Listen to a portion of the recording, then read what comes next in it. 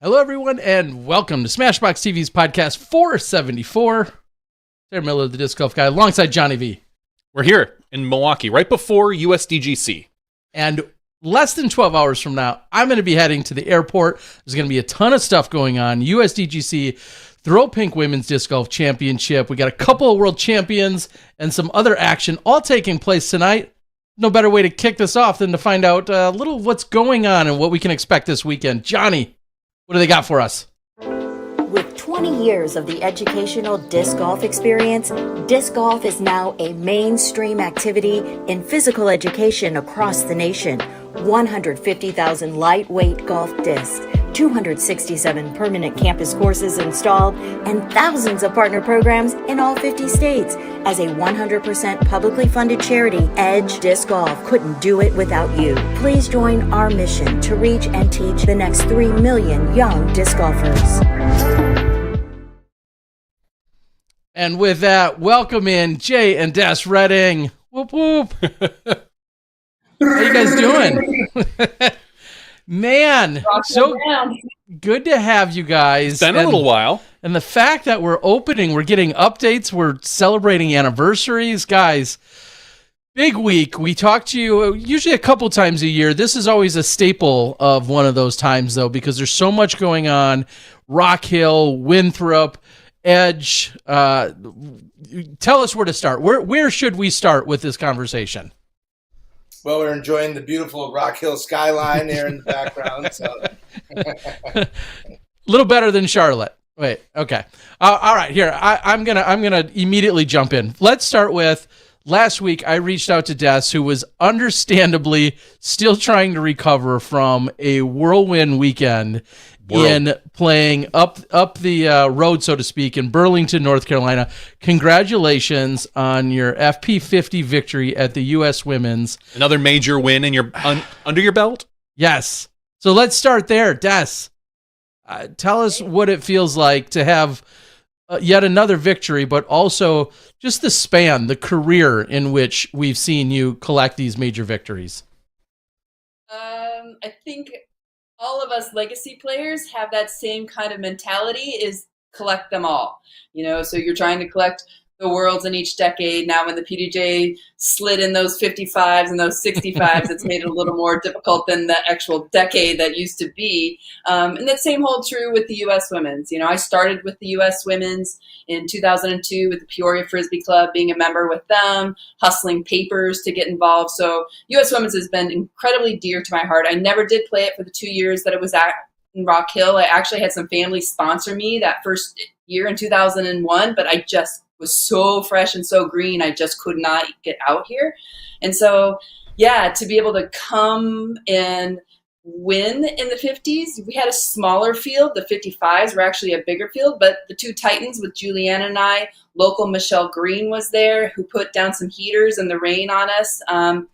It's fantastic. I had a knee surgery earlier in this year, training teachers, the whole San Antonio school district, where I blew out a meniscus. And so I had to get out of Worlds, bailing out of the Pro Tour card that I held, and I never did play in events. And I really did use the Disc Golf Strong method, swung a badminton racket, did my PT, and threw some putts.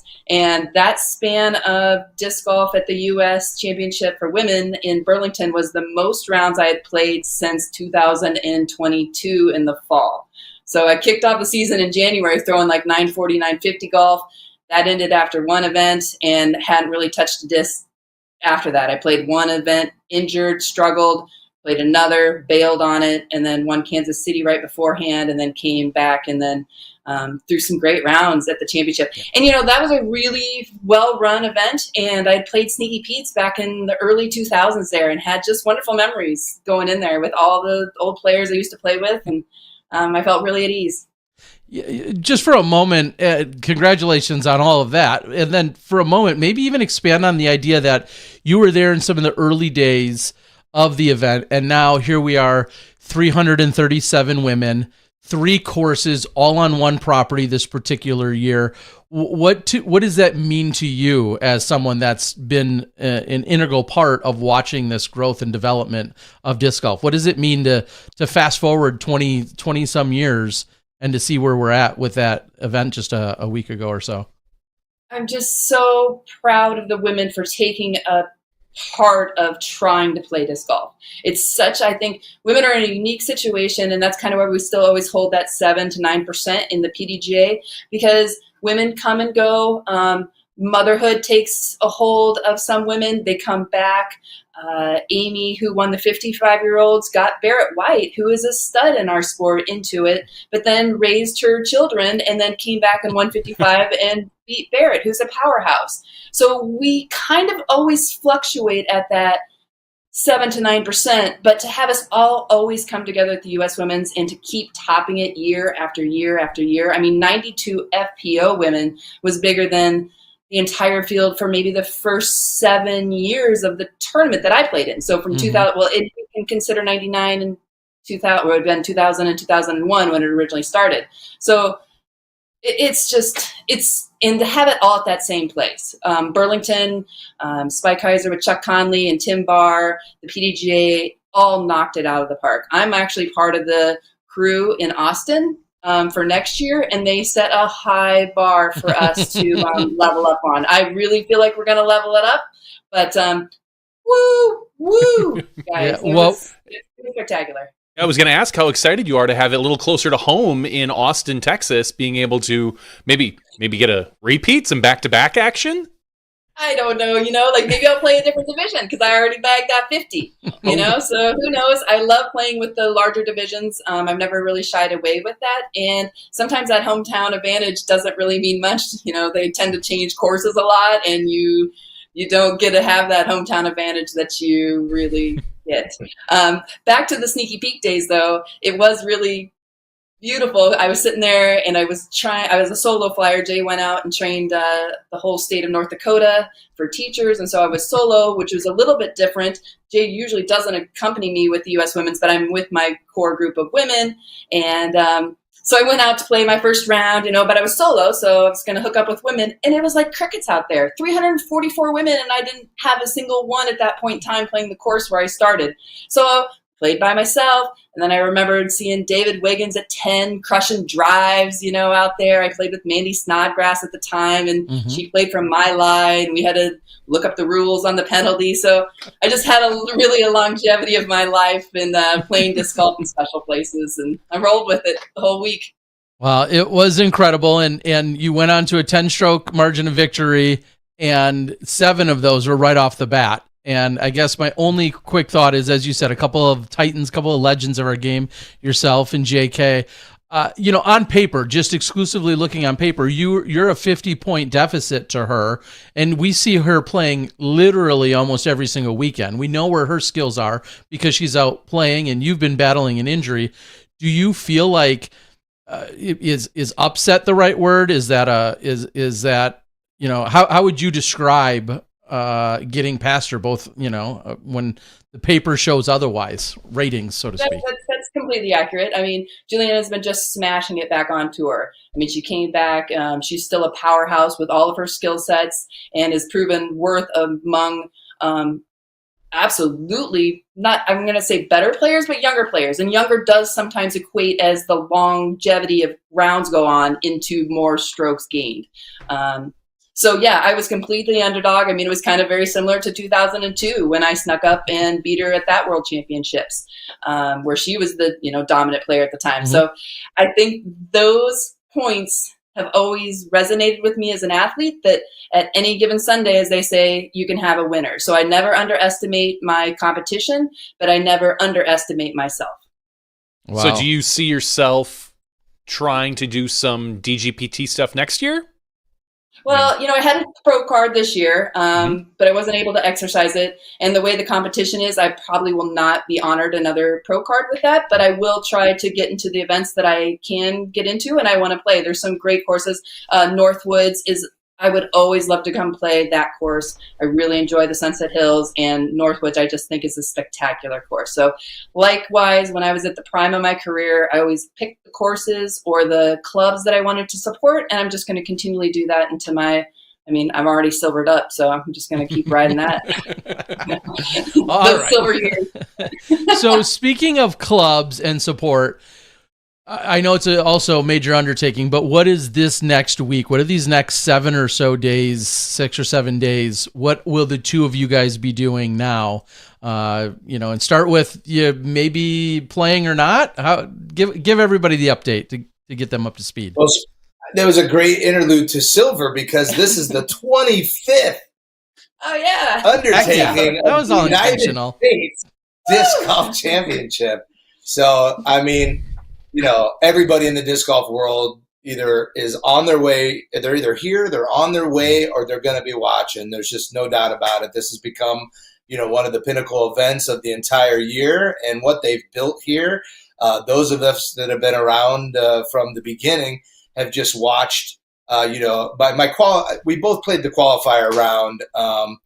We actually we have got some other obligations and things going on throughout the week, but we're like, hey, if there's a good chance to play this course, now's the time to do it. We get to play it in competition conditions, check it out, see what the players are doing, and who knows, maybe catch a falling star and qualify for this thing, and then everybody else is going to have to adjust to the things that we committed to the rest of the week. So, Kids win again. and whoever was looking at like, well, Jay and Des are supposed to be here. Both of us were in the driver's seat to potentially qualify, coming all the way down the stretch. And hey, we gave it our best shot. Both of us played the course blind. Both of us hadn't really even played much disc golf for a while. We both volunteered and at the U.S. doubles championship. So we were camping out at Camp Canaan all week. I did some announcing out there. We met some of the top up-and-coming players. The future is bright for disc golf.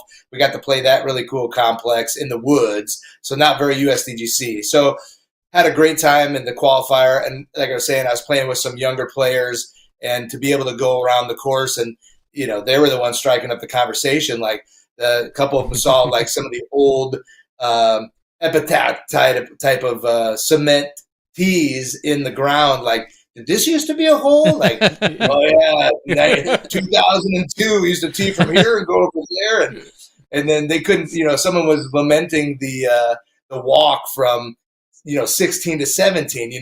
And I personally, I love it because it's so Harold Duvall. I mean, he's such a psychological designer. If he hadn't have, what they didn't know is we used to actually play up that. On the left side, it's on now. It's trees and swamp, but it used to be green grass. I was telling them that we used to throw rollers here up to the bamboo. There was a hole there. Anyway, they couldn't believe that, but that psychological path. So showing everybody, kind of the history as we were going along was fantastic. So unfortunately, both of us fell a little bit short, but we both played the course actually pretty good. I was proud of my play. I played here last in 2018 at 48 years old, and I cashed, which was a pretty, sweet mark all on its own. And I know that I play this course for the 6 to 8 holes that I actually can attack. Everything else is stay in bounds, do your thing. And, it's the AJ Carey is eagling holes that I'm like, just be in bounds. Okay. Now just okay. I got this accomplished. And I got tons of compliments. They watched me play hole 11, which now is one of this wild hole. It's always been one of my nemesis, but now it's like a snake. They've got the rocks in the fairway, and you can only land here and here, and the risk reward is just absolutely epic. So here I am playing Mario Brothers, and Frogger, and I'm jumping to safe place, and these guys are throwing all kinds of cool stuff. Is that the holly hedge hole? That is the bushes are on the right side. I was telling these guys, we used to throw hyzers over the park. Yep, over the corner and the edge up there, or past the hollies. Yeah, they're 12 feet tall. I threw actually an old shot. I threw it like 2005. Everybody else had these sweet dumps, and so I was like, okay, that's what I want to do. And my mind must have went back to 2005, and I threw like straight along the holly path. I mean, I parred easily, but I was like, whoops. Nobody's mad about a par there. Almost at any of those holes. But the drive should have been not 2005 drive. Should have been You probably threw a disc from. No, probably not. Jay may have thrown a disc from 2005, but I was mentioning to Jay right before we came on the air how I tuned in for an interview with Kristen Tatar for the tournament preview, and just as I tuned in, there come the final card on hole 17, and I was so excited because I was looking at it. I was like, well, AJ Carey doesn't really have a chance. As you said, he was crushing all over, which also comes with, as you know, danger. You could go OB or you could eagle a hole. There were 3 of you in that card that had a chance to make it into the event. Explain exactly what happened then on hole 17 with your card. Yeah, so Randon Latta had just played very consistent golf pretty much the whole time, and myself was included, although I was always just kind of like just plodding along. Players tend to forget about, nothing special over there, and then they're like, geez, he beat me by 3. How did that just happen? So I'm used to that kind of scenario. But yeah, my game basically came down to I made a monster putt on 15 on the elevated Coliseum hole. I saved a great par on 15, and then coming into 16, that's a tough hole for me to reach. It's 400 plus feet with a really tight, narrow fairway. I ended up in a hazard, and as soon as I missed that putt, I knew all right, I'm going to be battling from what I thought was I'm going to have to go deuce or birdie to qualify. Randon, he's looking a little bit better. All he's got to do is play it safe and par, and he's going to be good to go. He misses the island on 17. Yep. So that all of a sudden got everybody a little bit, you know how that happens. If the first guy makes it, it's like, all right, I saw that line, and so I knew, I'm all right. Here's my history with 17. I'm not a forehand thrower. I'm one of those old school, Anheuser guys. And I used to always throw either a KC-ABR or Yetis when they came out. But 2018, I said, you know what? I'm not going to be successful unless I get this forehand in. So I went out there a couple different times by myself and just worked on this forehand. And I birdied it 3 out of 4 rounds, and I got a par on the other one. What did you use? A Des Redding Firebird. Wow. Subtle plug. Go on. 52, and the shoulder's not feeling great for that forehand right now, so I had to commit to the backhand. And I kind of knew I was going to be farting against thunder right there. But, hey, I gave it a shot, and, man, it almost made it in. And then once I didn't make it in, I already knew in my head, like, well, that's your USDGC. And I kind of, but, oh, yeah, I still got to play. And, of course, then the 17 happens, right? It's like, all right, I'm going to readjust from what I just did. I purposely, why you don't throw the backhand in a putter is because there's a low-hanging branch that's purposely left there to prevent the trajectory that you need. Yep. And I hit that, fell down. You can watch the film. It wasn't pretty, but anyway, I finished with a par on the very tough 18. So no pride lost. I had such a great time. It was no 21. Nope. Yeah, that's true.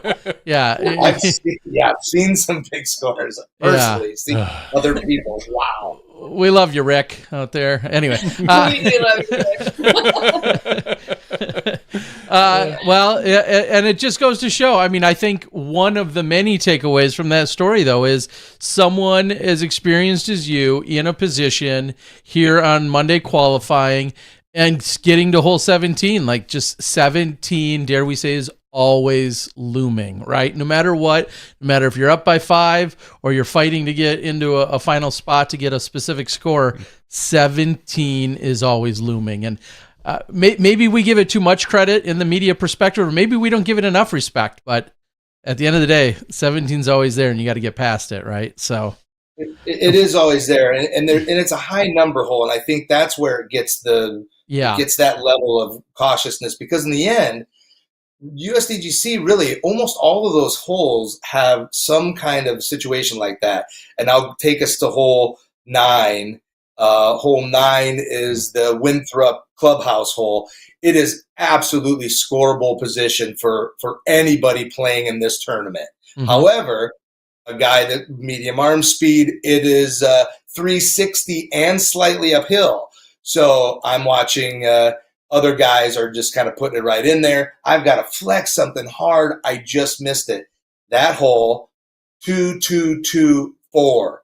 So there's 2 strokes in the field right there, and that can happen on every given hole. So you're right, Terry. I mean, 17 gets this illusion of being like the absolute round wrecker, but they're out there all over the place. And it's if you fall into a pit on 5, you've got the rest of the course to make up for it. You fall into the pit on 17, and it's hope you got another round tomorrow. Yeah. Well, and I think the championship really sets itself up with the different rules. So you always have to be a thinking athlete when you're out there, because not every hole is played like the normal UOB that we have. So what I had to read along every single hole, which is taxing, as you're trying to play along. We had just played a hole that was all hazards, and then I stepped up to the next hole, and it was a stroke and distance OB, or go to the drop zone. The drop zone was behind me, so those are big penalties, so you have to really know how much you're going to cheat that corner or pinch off to what that actual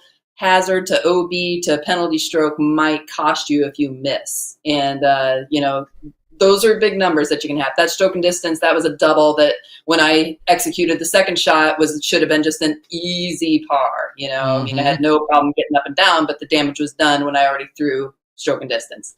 Yeah. And for a moment, I was going to say, you need to be smart to know all the rules, because they're always changing and they're different on any given hole out there. And then I was just going to take that right to, like, they should have a class that they offer at Winthrop as teaching USDGC for the week, or some little 2-week class that you can take out there, get a certificate that says, okay, I think I understand the caddy book this year. And then you'd probably have to take it every single year because it keeps changing. So you guys, level class. Yeah, exactly. So you guys had those experiences. Well, what that means, though, is maybe your initial plans for the week are still intact, and so let's lead into what that means and what that's going to look like for you guys this week. Well, it's really an action-packed schedule for everybody, and the opening ceremonies that are going to happen tomorrow are going to be spectacular. There's a Hall of Fame induction. We're going to put a ring on a young kid whose career is just starting. So that's really excited with Gannon Burr. And the whole week's going to be fabulous. And that'll kind of kick us into what we're doing on Thursday and Friday. We've got the Edge Village, which is a tradition of the United States Disc Golf Championship. What we do there, and we're in full effect now that people are coming in. We had to almost turn some folks away this time. We've got 300 plus kids Thursday, Friday coming in, being bussed in. We've got an activation team, so everyone's going to go through different stations. They're going to get the hands-on, do some activities, get jazzed about disc golf. Then they take a sack lunch. They go over and they can watch some of the top players in the world. Our amazing story from last year was we had just got done with a group. They got their sandwiches. They all lined up along Seven's fairway, and literally first bite of their sandwich, they got to watch Drew Gibson throw an ace. Yeah. So the teacher told me the next week, like, they have not stopped talking about this yet. So can we get our equipment already? Yeah, that's phenomenal. I remember I think it was last year, we got to see them, a bunch of kids lined up on, I believe it was 16 as well, kind of circling the green. And it's just such a great visual for our sport. Yeah. Having, I mean, not just spectators, as we all love, but just the kids, just young kids lining our fairways. It really is phenomenal. Yeah, just their eyes and just their amazement and their pure raw joy and excitement. I'm going to say, dear, it feels almost even a little Finland-like when you're over there participating and you see so many young, eyeballs coming in when you're in another country like Finland, where we know they're bringing them nice, young and early. So you guys have that going on. How does a school, how do you guys reach out? I mean, because is there almost like a waiting list of schools that are getting involved, or is it every year it's a select few teachers in the area? How far are these people coming from? Like, how does that whole process unfold? So that's a great question, Terry. One of the really cool things that we saw in the commercial there that we got the unveiling here with Smashbox, so that'll be played here for the event itself. And if you saw some of the big stars drop in, Edge is actually celebrating 20 years of introducing disc golf to youth. And some of those anchored stars, which one is in Wisconsin, I think that represents a little bit of the work that you did early on there, Terry. But those are some of our first Edge schools and areas that really grabbed onto the program. And of course, right here, it was pretty easy because of the proximity to Innova Champion and Winthrop University and the USDGC. So there are, I don't want to misquote it, but there is at least a dozen campuses within 30 miles of Rock Hill that actually have 9-hole courses on their campuses. So that does lead to schools want to come back every year, and we have to be like, well, we're going to try to get some new schools in, but if they fall through, we're definitely going to have you back. And so it's really a great thing because we now have some schools in the smaller academies and things. We've had vans of kids come in from over an hour and a half away. Otherwise, the USDGC and our great partnership with them, which I'm going to give them a huge charitable plug, after this year is completed, I don't have all the exact numbers, but I have them from just a couple years ago. The United States Disc Golf Champion, guys, has donated over $500,000 to charity. And I'm proud to say that the Edge has been a benefactor of a huge chunk of that, but also Throw Pink, Rolling Thunder, local York County, you name it. The United States Disc Golf Championship has an outreach to the community that is beyond what we see just on the campus. And so they pay for buses. So the schools, all they have to do is get the administrators to say, you betcha, take a half a day off, and get the parents to sign off. And we've got, buses full of kids that are going to be showing up. So it is a little bit of both, where people reach out and want to be included. We do reach out to the schools that have good programs and, have that reoccurring theme and a big interest if it's clubs. We just met with Cherry Hill teachers who was really excited.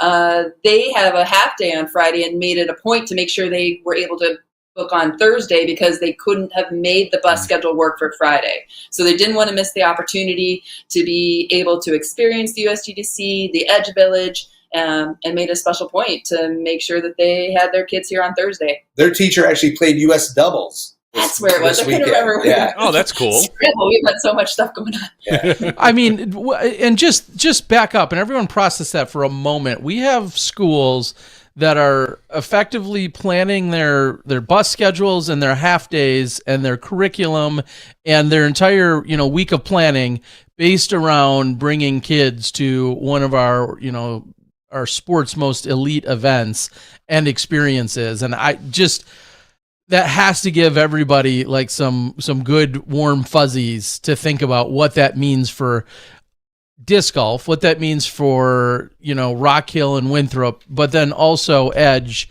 and just the overall experience. Again, teachers rearranging a weekly schedule so that they could be part of the USDGC and in turn part of Edge. Like, that's pretty damn cool. It is. And that's why we really are celebrating the 25th anniversary of the USDGC. They have taken the tournament experience and elevated it 25 years ago. I mean, I started playing in 2002. I played the championship, and it was by far the best event I had ever played. It surpassed all the worlds that I'd played, whether it be from the experience, the tournament, how you felt as a professional player, your players' packages. So them being involved with Edge, Throw Pink, and just bringing the tournament scene up. Everything that we're seeing right now with the Pro Tour and the PDJ leveling up their tournaments is specifically a base note from the U.S. Championship that they did that 25 years ago.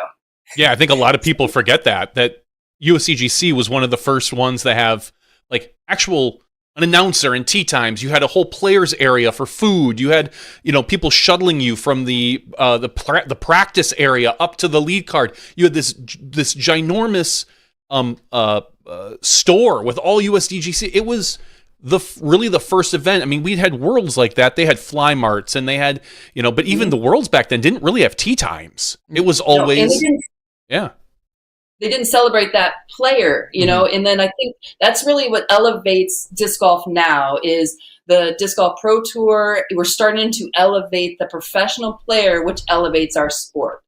For a while, we were such a base note with the let's volunteer, let's all just work together, which is still what we have to do to keep our sport going. But when we've taken our high-profile athletes and actually made them high-profile athletes, we have those children that come to the U.S. Championship in the Edge Village, and they are like, wow, this is a pro sport, not unlike baseball and basketball and football and all the other, standard sports that we think of. So I think that's where the championship really did just nail it and was an innovator in that sense. Yeah, and then we look even at our reigning champion right now, who wasn't even born when, the USDGC had started, and right. Of course was playing disc golf in school and had so many of those, people to look up to and those inspirations throughout all the years. So you just touched on another good point. Speaking of volunteerism and then everything it takes to have this event run the way it does, and we continue to see it ramp up. We also see, something I want to applaud is some diversity and some overall inclusion. When I look at, if we would have looked back 10 years ago and said, oh yeah, there's going to be a Discraft trailer there releasing special discs, like we would have all laughed at that. I mean, just blatantly, we would have laughed at it. That there was in no world where that was going to happen. The closest I remember seeing is, I was surprised a couple of years ago when we started seeing other discs in the players package. Like, oh, there's a legacy disc. Yeah, like that was the start, but you were starting to see, obviously, because it's a PDGA major, the sport is opening up. Well, and we know obviously what Innova has done and the shareholders that they are, but I love to see that they have gone beyond just the opportunities that they've created for themselves, and now it's more accepting. But before this week continues, you guys talk to us about the U.S. doubles and what I'll say madness in a good way. Like, what was that all about? You guys were there firsthand for it. Well, let Jake kind of talk about that, but I want to tell everyone to play Camp Cannon. What if that Cannon? I would say Cannon. Yes, I know how to spell it, but I don't know how to say it, which is weird because I'm a terrible speller. It's a great course, so I think it falls off people's radars. You can play it on the weekends. It's a fantastic camp if you have family in the area to check out, but the course itself was spectacular, wooded, beautiful fairways. I just really enjoyed being able to play a new course and help out a new event that we hadn't been to before. I mean, I think that was my main draw to go there. It's a place I hadn't been and a tournament that I hadn't volunteered at. So both of those things kind of always check off lists for me. Awesome.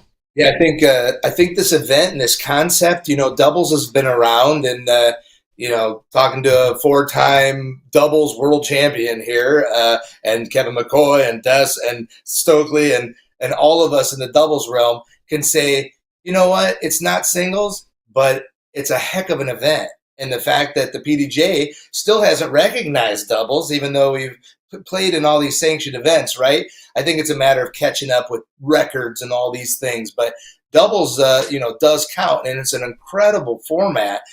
Talk about testing a bond between a buddy and a buddy, or a husband and a wife, and a wife and or an ex-buddy and an ex-wife, or an ex, or a couple of ex-buddies, whatever, right?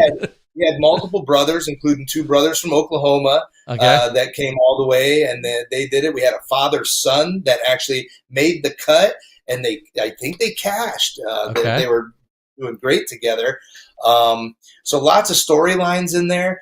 They had 4,000 competitors, teams compete in the qualifiers this year. Wow. So if you think about that, and it's still a very regional event, they did have folks finally coming in from Maine and Colorado and Oklahoma, but I think this is something that's going to continue to grow, and it's going to be tougher and tougher to qualify as we go forward. The women's field was really what impressed me, because I don't know it off the hand, but they blew a record away, and they had a full morning pool of just women.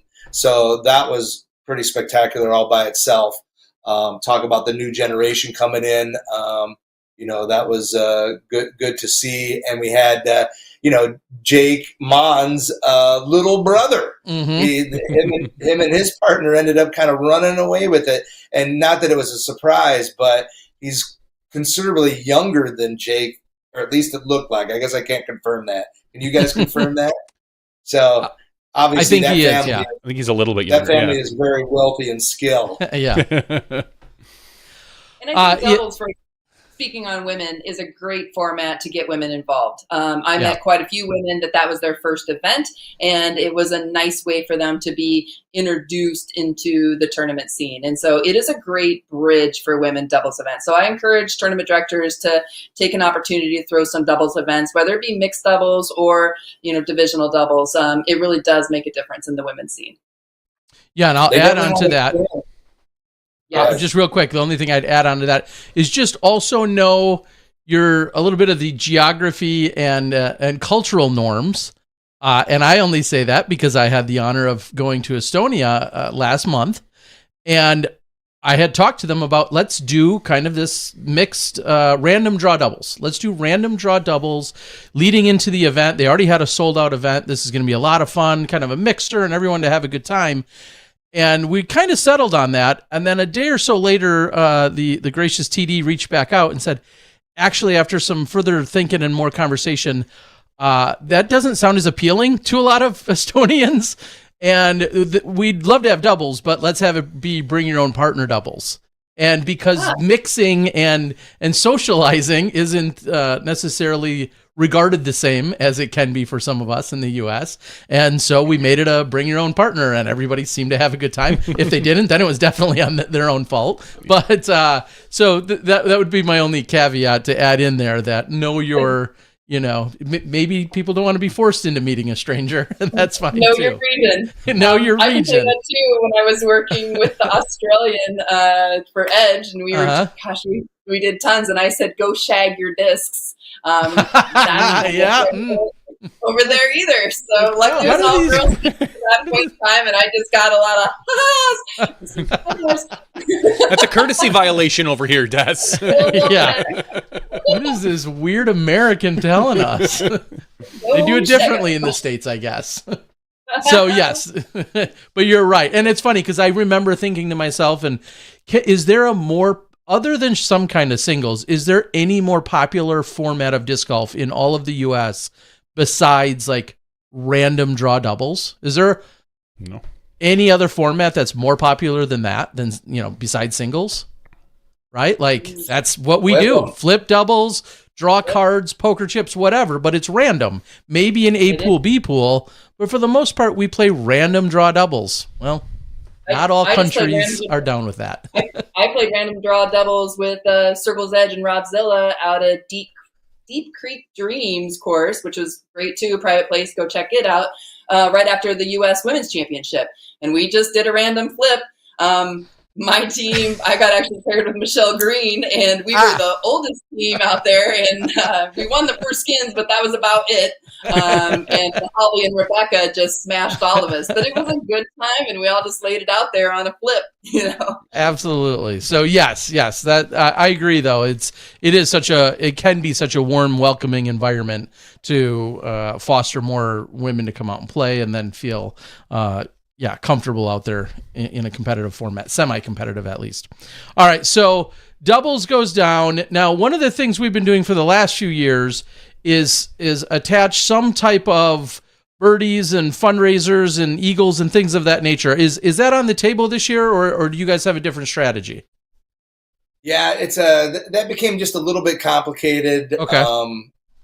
So we didn't do that last year, and we just kind of continued on to just trying to get the word out there, and folks know how to find the website, and luckily PayPal is such a beautiful thing, and donate at edgediscgolf.org. In fact, here can we do a first giveaway here, or kind of a tag along, a teaser giveaway? I guess. God, these guys show up with show notes, and then they want to have extra giveaways. Who invited them? Jeez. Making us look fine. bad. Fine. We'll have an extra giveaway or two because of you guys. What do you got? We're going to make them earn it, I guess. We're going to make them earn it. It's going to, make a little donation. All right. So here it is. I'll show you what you're going to win. This is donations at edgediscgolf.org. PayPal. Okay. Easy enough.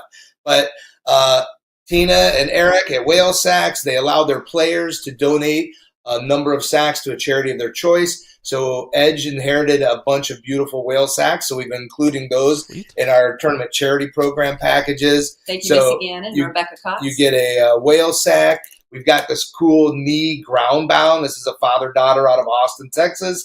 Put your knee on it. Don't put it in the dirt, the ivy, the glass, things like that. Terry talked about how cool it is for other manufacturers to be involved with the USDGC. How cool is it that other manufacturers are getting involved with Edge? I mean, Discraft the last couple years has put together some beautiful lightweight discs for us. They've also done some fundraisers. This is a full color Buzz. Birdies are indeed better. Prodigy Discs has donated 600 discs the last couple years. We in turn turn those into appropriate packages for the different groups and things like that. There's room for MVP, all manufacturers, Dynamic, all manufacturers, Discmania. all Come on.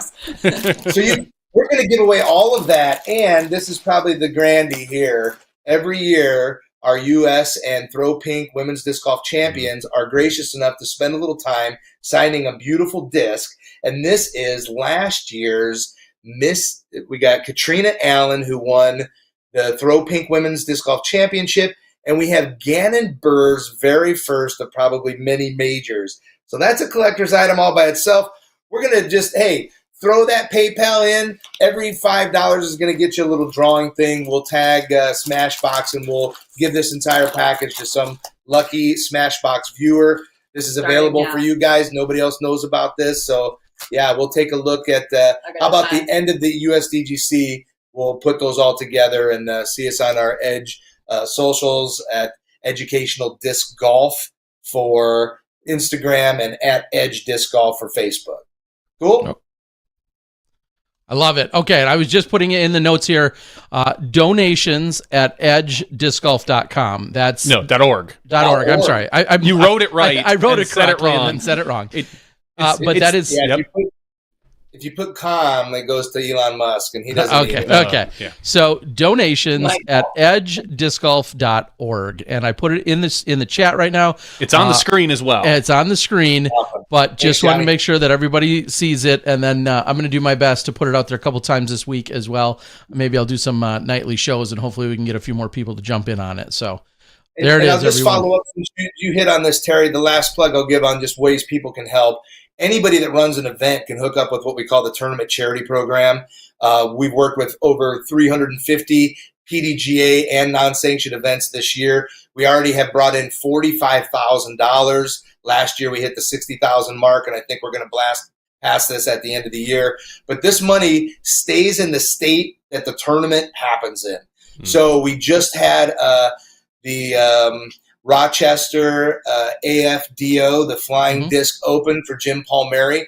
They just today submitted their submission for $3,200 just from that event, which is impeccable timing because New York all of a sudden has just blossomed for youth disc golf, and we've already granted out partially funded 11 packages for New York schools just this year. So the kitty ran dry, and now it's filled back up. So that's how that program works. The National Amateur Disc Golf Tour, I got to give them a big plug too because they donate over $10,000 a year.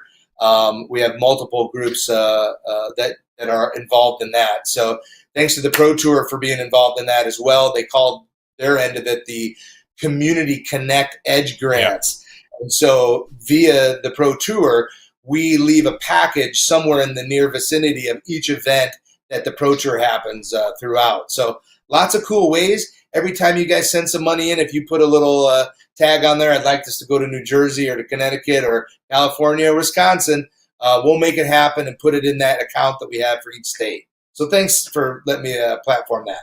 Of course, like that's what we're here for, and I can't think of a better, more appropriate thing to possibly push out there and platform. And I think that is such a great distinction because some people, and this could be maybe all over the place when it comes to any charitable contribution, you may sometimes lose excitement when you're like, yes, I love the idea of supporting a charity or a cause, but it may go to some random area or have really no bearing or impact locally. And you guys are addressing just that and saying, hey, when you donate within a state and you declare that state in which you are looking to benefit, or it comes from an event in that state, that's where it's going to stay and continue to get utilized. And I love that. And then one other thing that you guys had been doing for a few years, and I want to just double check, still through Amazon, people, Amazon and eBay, can people still also make contributions directly there? Well, unfortunately, we gave Elon an elbow. We'll give Jeff Bezos the other elbow until he writes a check. But unfortunately, Amazon disbanded the Amazon Smile program itself. Okay. So that has ended. eBay still does have a good program there. So every time you do go on eBay, you can decide a charity. You can pick Edge. You can say 5, 10, 50, 100% of these proceeds go to your charity of choice on that end. So that's a good way as well to just donate on a fairly regular basis. Okay, good. Well, I'm glad we can get all these things clarified as things continue to shift year after year. But it's crazy that they disbanded that, because I feel like there was a ton of people. Maybe that's just it. Too many people were giving to charities, and somehow Bezos was like, "Oh no, I can't afford another jet this week if we let them do that." Mm. What's 0.5% times 25 million? Yeah, exactly. What? Now, you guys have written for various magazines and blogs and vlogged yourself and everything else, and there's always an update when it comes to the local scene, hospitality, food, and everything else. Is there something I should know about that's going on in the Carolinas? Is there some food of choice or something else in the Carolinas that should be on my radar? Don't get me in trouble about Carolina barbecue. Oh my gosh. Yeah, we won't send you there, but are you saying my cheeks are looking a little more plump than normal? I mean, you got to be talking about biscuits, right? I mean, am I? That's the question. Is this something that I should be more? I'm not much of a biscuit guy. I don't know if it's a direct biscuits and gravy. It's good. Yeah, nah. I'm more of a croissant guy if I'm going morning stuff. But you're telling me biscuits? I'm good with both, but about you. He seems like a croissant guy. Croissant. He's one of those. I'll take a croissant as well, but a good biscuit, a good buttery biscuit. All right, nice and flaky. Do you guys have the biscuit lowdown that you need to share with us? I would have totally already called Johnny B as a biscotti guy for sure. I was so on that. No. I'm sorry. I have been biscuiting more than I probably should, and I mean it happens, right? I mean, for years and years and years. In fact, Nature Boy Billy Crump. I remember the first time we came into the Carolinas, and he could not stop talking about this Cajun flake biscuit. You got to have it. It's going to change your life. And it was pretty earth-shaking, I got to admit. And so every year, of course, Bojangles, everybody knows about Bojangles, and they do some great breakfasts. And I mean, $8, you're filled biscuits. Wow. Well, we found another place up kind of by Burlington, and it's called Biscuitville. And these guys actually, Biscuitville. That's an entire village. It's an entire village that makes biscuits. Thanks, Players Package. Gave us the tip. It's so hilarious. I can't wait to post. I got to get back home so I can find my favorite tortilla place, because literally, in Texas, we have, they're making homemade tortillas right in front of you and behind the glass as you're ordering. Well, Biscuitville, they're pounding out buttermilk biscuits and powder flavor all over. They got the mirror. You can look, and see how they do it. I mean, it's bizarre. But it's all locally sourced ingredients from North Carolina and South Carolina. So I think that's pretty cool. Mm-hmm. And then we thought that was the pinnacle. And then we saw this place called Maple Street Biscuits. We found out that there's actually 60 of these around too, but I'd never even seen it. But we went into this place, and oh my goodness! I mean, it took biscuits to and then see it. Like it was wild. It's funny because I allotted to the $8 breakfast, right? So Bojangles $8, Biscuitville probably $12. Now we're talking about a $20 bill here. Damn, That's a pretty Jackson That's for some biscuits. That's a fancy breakfast. That's a fancy For breakfast. flour. For flour. For modified flour, yeah. We did get some fried green tomatoes, but you are in the South. You got to do that. But I mean, I'm going to just throw those names out there. Okay. You can take the ride yourself, but Maple Street Biscuits ended up, we talked to their store manager, and we found out actually how charity driven these guys are. So they've invited, hey, I'm letting the Carolina crews all know about this. They want you to come in and connect with them. They said, well, you know what? A bunch of us play disc golf already. I'm in the management meetings. They're looking for biscuit partners. Yep, they support boys and girls clubs and everything else in communities. So it's a good company. I am seeing a Maple Street Biscuit Company. I am seeing just south of downtown Charlotte. As I'm doing So between Charlotte and Rock Hill, maybe? Yeah, it's just basically south of the city of downtown. I think there's a few of them around. I think we hit one up by the Charlotte Speedway, but he said there were 60. So I mean, wow, okay. Yeah. Well, you'd think it wouldn't be a hard time finding one then. So I don't know. That might have to get punched into a GPS in the next few days. The Maple Street Biscuit Company. You could make a little detour tomorrow. Yeah. Oh, and am I seeing waffles on the front of the page too? In case I'm not a biscuit guy. Oh yes. It's all breakfast. It looks like some eggs in there. Maple sausage meatballs. They make all their own jams. Yeah, all their own sauces yummy. and stuff. They had a berry honey glaze, blueberry maple. Oof. Okay, well, I'm going to do some more digging around, but yes, I am seeing lots of information here. Oh wow, only open till 3 p.m. on weekends. All the community stores. Okay, so you guys heard it here first. I don't know. Is there a higher recommendation than a foodie review from you two? I mean, does it get any better? Maybe I don't know. Can you remember a time I skipped a meal? The hotel breakfast down this morning. Okay. So Maple Street Biscuit Company. Well, I'm surprised we don't have anybody chiming in from Charlotte just yet, going berserk over this. Alfred says, Waffle House. Something tells me their mamas won't let them go get biscuits out of the house. All right, guys. So big week, you guys. Thank you. Also, I guess it's an hour later there already.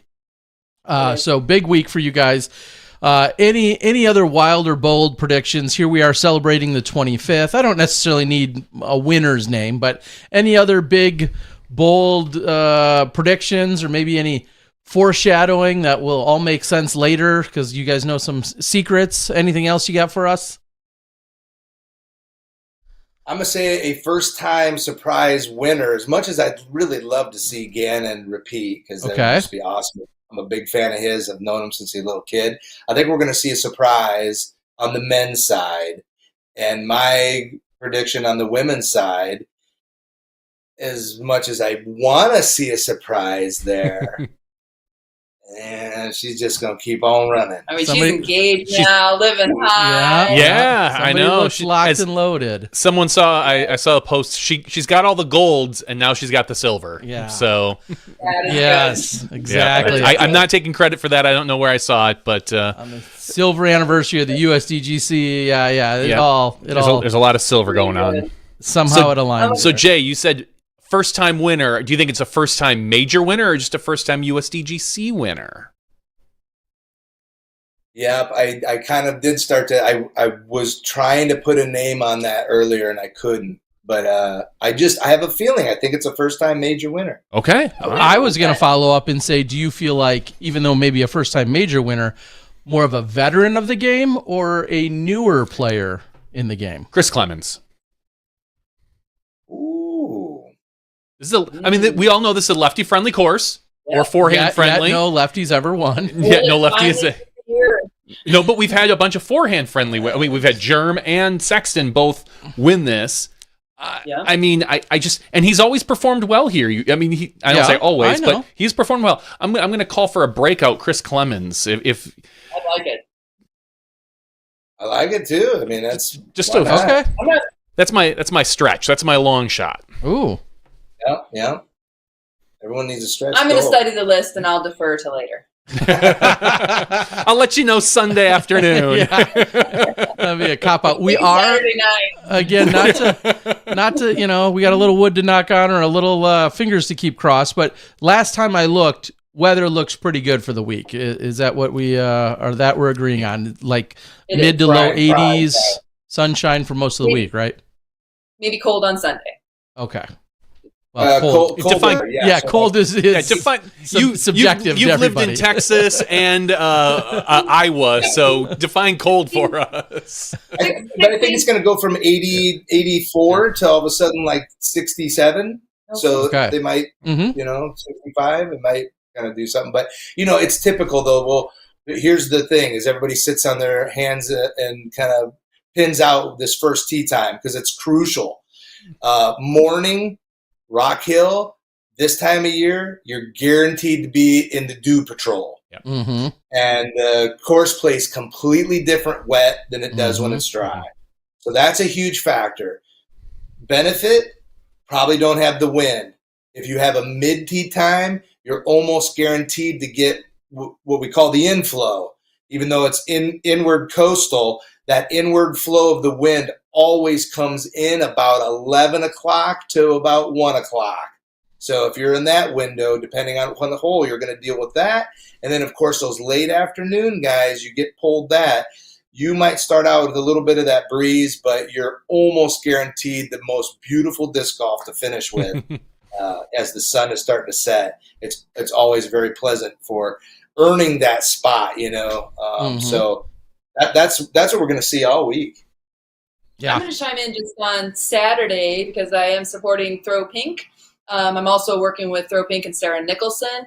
I will be one of the guest instructors on Saturday, October 7th, our anniversary at 1:30. Anyone can register on Disc Golf Scene. It is $30, $15 for juniors, but you get hands-on instructions from the top pros that are available at the Throw Pink Championship. We will be giving out lots of players packs to go along with that. You're supporting a good cause. You're going to be able to see the action at the Winthrop with your registration. So come and support Throw Pink. If you are already there, they will have a Throw Pink tent. So please stop by in honor cancer survivors or ones that you have lost to cancer. It's a great cause. I highly suggest all women come out. It's a very friendly activity, no pressure, no disc golf. It's hands-on, it's fun. We're going to be talking about women's health and supporting women in disc golf. So please come out on Saturday. Again, Disc Golf Scene, Throw Pink, and the Throw Pink Championship Clinic. Love it. It's going to be a good time. I've been doing it for quite a few years. I really enjoy it. Awesome. And we see Sarah Nicholson out on the board. Sarah, we know, often tunes in week after week. So everything we can do to help support anything that Sarah's been working on or involved with, we're happy Hardest to do looking so. woman in the show business right there. Yeah. Absolutely. My last question then for you guys, kind of along the lines of just the experience in the week is, we're seeing USDGC really embrace this atmosphere, the culture, the vendor village, edge village, everything else that's taking place. What are some of the things that you've been noticing or maybe most excited about with kind of the whole development of that entire area? I mean, there's rental music. There's music and rental canopies and tents and Food big screen trucks, TVs. beer Talk to trucks. us about it. Yeah, I know so the music is definitely, I mean, if you don't take my recommendations of food, I've been a music head all my life, and the lineup that DJ Heck Yeah and JP and the crew have put together this year is actually top notch. I mean, like festival quality. The 4 bands that are playing each night is going to feature right after the last putt drops, as all the fans are coming back around the lake. The main stage is going to have 2 regional and 2 national acts, and they're all got their own kind of cool vibe to them. I think everybody's going to have a chance to stop by and check them out, as well as the vendors here. I mean, they're sweating right now. I stopped by out there, and they're still trying to figure out, like, wow, we're going to stick. Where are we going to put? Oh, but they have, and this is one of a kind, and like what? So the vendor village is going to be just absolutely nuts. Lots of special releases, lots of arts and crafts, that type of thing. There's a long distance contest that's going to happen. Of course, they have to qualify for that, so that's going to be incredible. I think all of the qualifiers in the men were right in there at that 600 mark. I heard Eliezer through 550, or I don't know. I got out on the word when we were playing the qualifier that her arm speed was 77. I don't know. She's the 15-year-old. 15, 16, yeah, maybe past the 500. Again, we were playing qualifier, so it was one of those, like, just going around the lake, like, oh my gosh, did you hear this? She's going to be such a force to be reckoned with soon.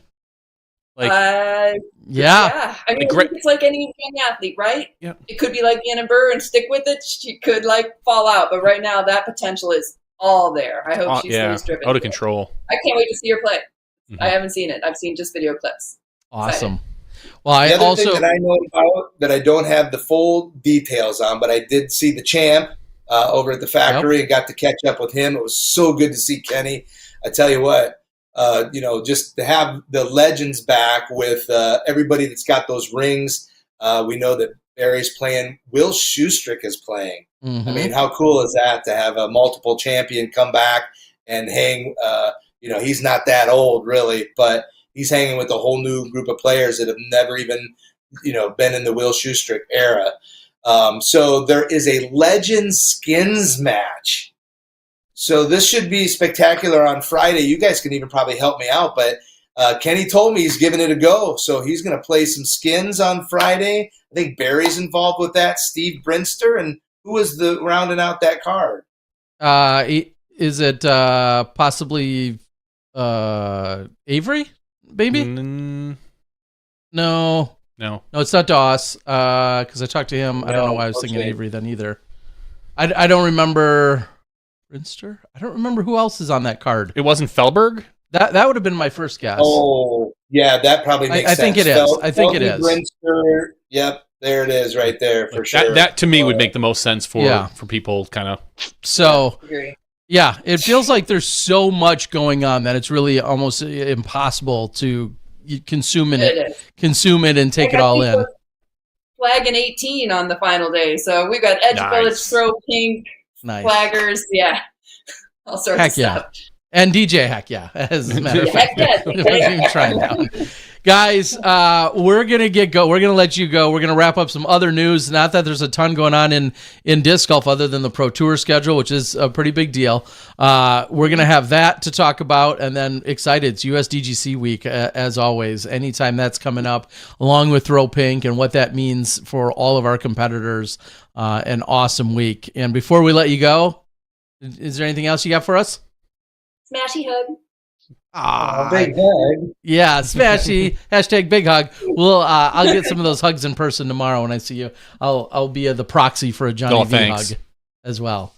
So I'll finish with just a happy nod to again everybody that supported Edge over the years. The big stats that we're pushing out here for 20 years is we've distributed 150,000 lightweight discs into kids' hands. So. We've been doing some easy math there with if only 20 kids have touched these discs, you can do the math there. And Edge is impacted 3 to 5 million and beyond youth. And a stat that probably a lot of people didn't know. In fact, I was a little surprised when we actually compiled it, but 267 permanent campus courses have been installed through Edge in those 20 years. So, I know, right? Yeah. Wow. So we're still catching a lot of those up. Eric Vandenberg hit me up many years ago when he was doing a course compilation, and he was like, "Come on, Jay, spill the beans. Where are all these school courses at?" And I actually had a list of schools that were on the do not call list. They didn't want to be known. Sure. But we have broken that barrier, and what we do is we talk a lot about, like, when they're looking for funding, we're like, look, Schools are always in need of funding. They want millions of dollars in bonds. What better way to connect with the community than to have a permanent recreational outlet on the campus, safe place for the kids to come and play after school in the summer, and invite the community after school hours. And even though these little courses are only 120, 160, 220 holes, go out there with your putter and learn some finesse and some putting skills, right? Yeah, Gannon Burr installed one in his course. He sure did in Waukee. And this disc is going to be given away by you guys in your after show. Ooh. So I will. Thank you. What do we got there? I'll text Terry and JV the trivia question. Okay. But if you recognize, of course, there's a Yeti and there's a dinosaur. And I talked about my little brother doing the movie 65 with Adam Driver. You might do some research there. So okay. All right. Well, we thank you. And yes, as if they need a reason for the after show, but even a bigger reason now. We appreciate it. Yeah, for sure. Yeah, Marmoset and I collaborated on that. I'm so happy to work with that guy. He's going to have a booth out here, as well as Ben Hopwood and Skeet and all the disc golf artists that you love. Yeah, so Ben cheers. Hopwood and Mint Disc is killing it. Say hi to us if you it. get out here to Rock Hill. If not, watch online, listen to Terry. You involved in this? I'll be doing some interviews, and maybe I'll be able to catch up with you for some more content to then get pushed onto DGN. I'll be hanging out around 18, just catching up with people to add additional content to the network. So that's what I'll be out there doing. So let's get you guys on those mics as well and recap even more. And if you want to watch it's our anniversary on Saturday, happy anniversary. If you want to watch the 65 movie, it's available on Netflix right now. You can stream it, check it out. It's a lot of fun. Yeah, get at it. I thought you were going to say if we wanted to watch them on their anniversary, and then it would get kind That's a little weird and creepy. Everyone is, because I'm doing a clinic. Come watch me on my anniversary. I'm gonna learn something. Yeah, there's no after show in that one, though. Not I'm the going to teach PG you how to one. putt like a champion. Saturday, let's do it. There we go. Guys, we love you. Happy anniversary on Saturday. I'm glad I'll be out there and seeing you all weekend and starting tomorrow. Thank you for joining us. Thank you for all the ways you guys have just continued to basically kick ass throughout all these years and all the things that you've been doing, and any and all success that has come for you guys and the entire organization is certainly well deserved, and we appreciate the heck out of you. So thanks for joining us tonight. Right back at you guys. All right. See you guys. We'll see you tomorrow. Love you. Smashbox forever. See you guys out. All righty. Yes. Is it amazing? We've known them for almost 25 years. Yeah. Like, pretty wild. Yeah. Crashing in your apartment, coming to Wisconsin to tour. Just, we have known them forever, and just phenomenal human beings up and down. Somehow they're aging better than us. Are they?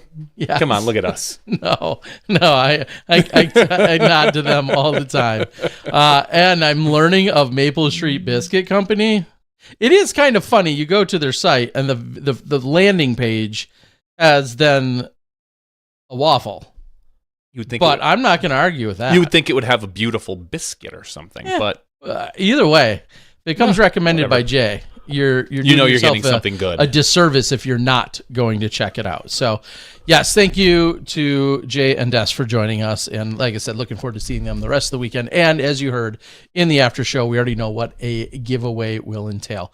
All right, let's recap some news and some, I'll say, basic information and or big information. Since last Tuesday, and it feels like it's been a lot longer than that, maybe because I've been home every day since last Tuesday. That feels weird to me personally. But Wednesday, the day after our podcast, some pretty big news. Like there's no other way to word it. It was big news. The announcement of the 2024 Disc Golf Pro Tour schedule was released. Yeah, there's some changes, most certainly. We see that the tour, first and foremost, is going to start out in Florida. We are seeing that what was formerly Throw Down the Mountain for many years will now be called probably the Florida Open. Mm-hmm. And it is going to be, and this is the course that Paul and Dylan purchased, it is going to be the opener for the Pro Tour, other than the All-Star Weekend. All-Star Weekend's in Orlando. That's going to be probably very similar to what we saw at other All-Star Weekends. But then our first event is in Florida. Yeah, and just to immediately quickly touch on the All-Star Weekend, it taking place. We've seen it the last couple of years at Push Ridge in Tucson at the very nice El Conquistador Resort. God, what is it with these people? I just learn a word and a name, and then they change it on us. So now we're probably maybe going to be involved at some Disney-like property. Was a rumor I heard years ago. I don't know if that's going to be. It could be a local course that just has all the right amenities, or we could see this on some form of a temporary layout. I'm interested to see that. That hasn't really been talked about, and it's not relevant right now. Doesn't really matter. But that's the All-Star Weekend in Orlando. Brooksville is hour and a half-ish from Orlando, just to kind of put that on the map for you as well. Oftentimes when I go to Brooksville, it's a little over an hour if you fly into Tampa and drive straight north.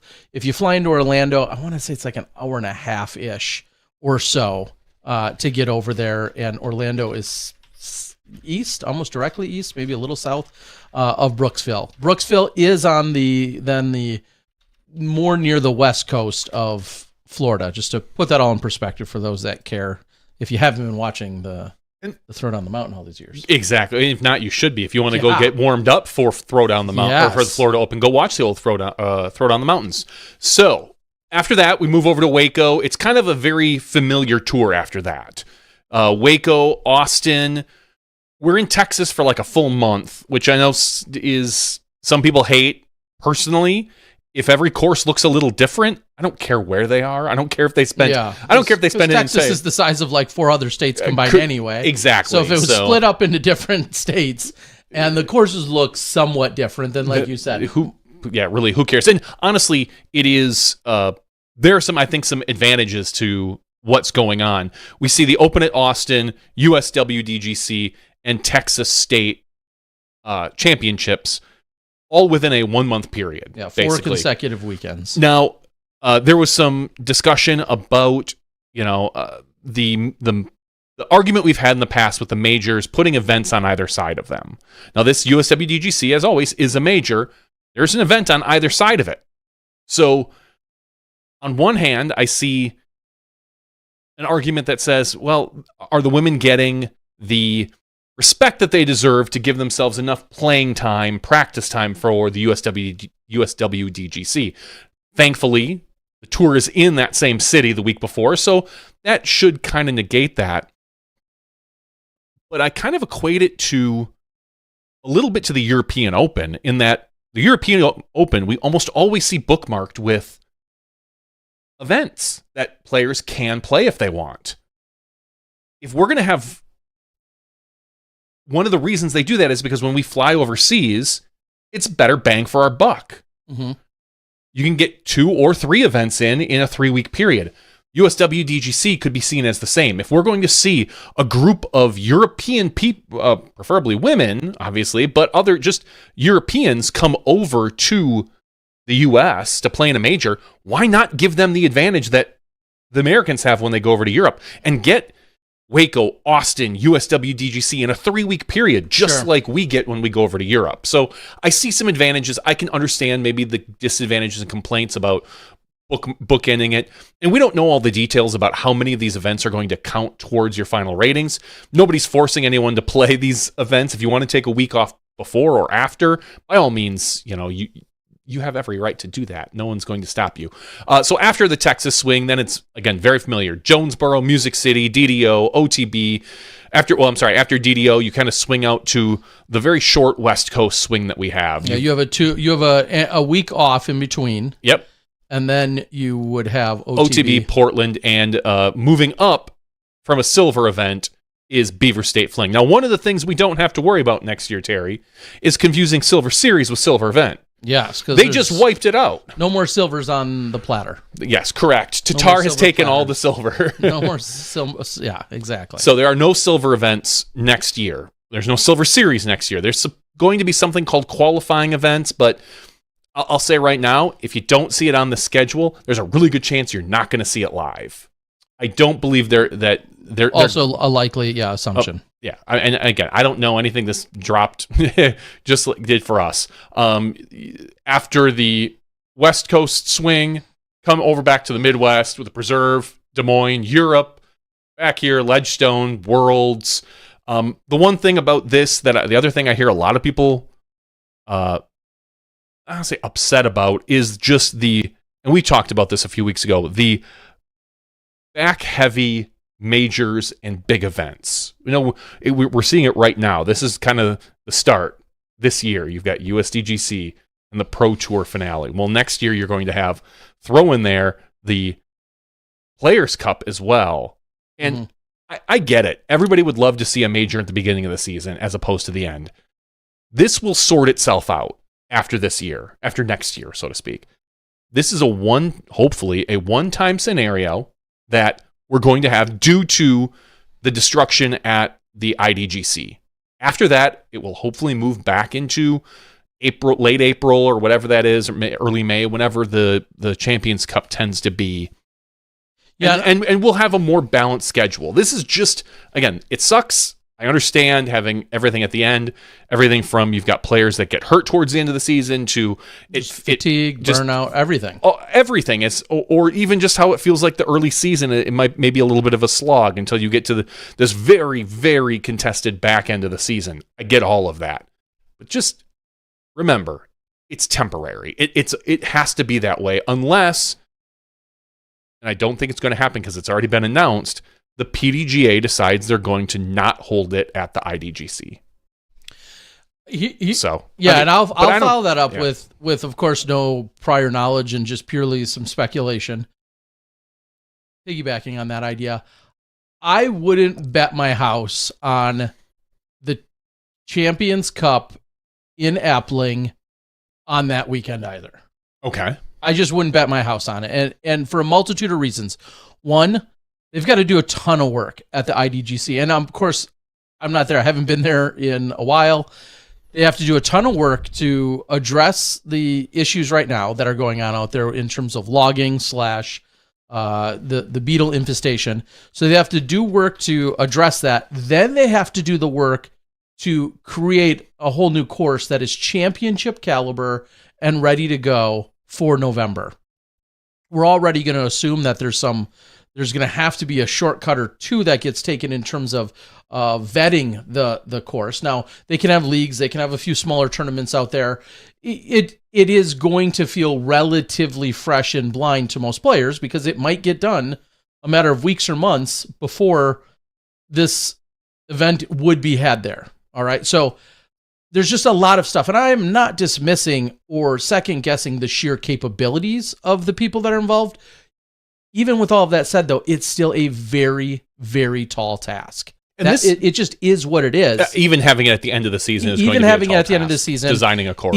If there is a reasonable, logical, inline, practical solution for that to still happen more so in the springtime, maybe, as you just mentioned, kind of in its traditional timing. Now, that takes a ton of additional factors. That takes the organizing committee being able to audible that and or to be able to even make a shift at this point. So they have to be on board. The PDGA, everyone else would have to be on board with it. I get all of that.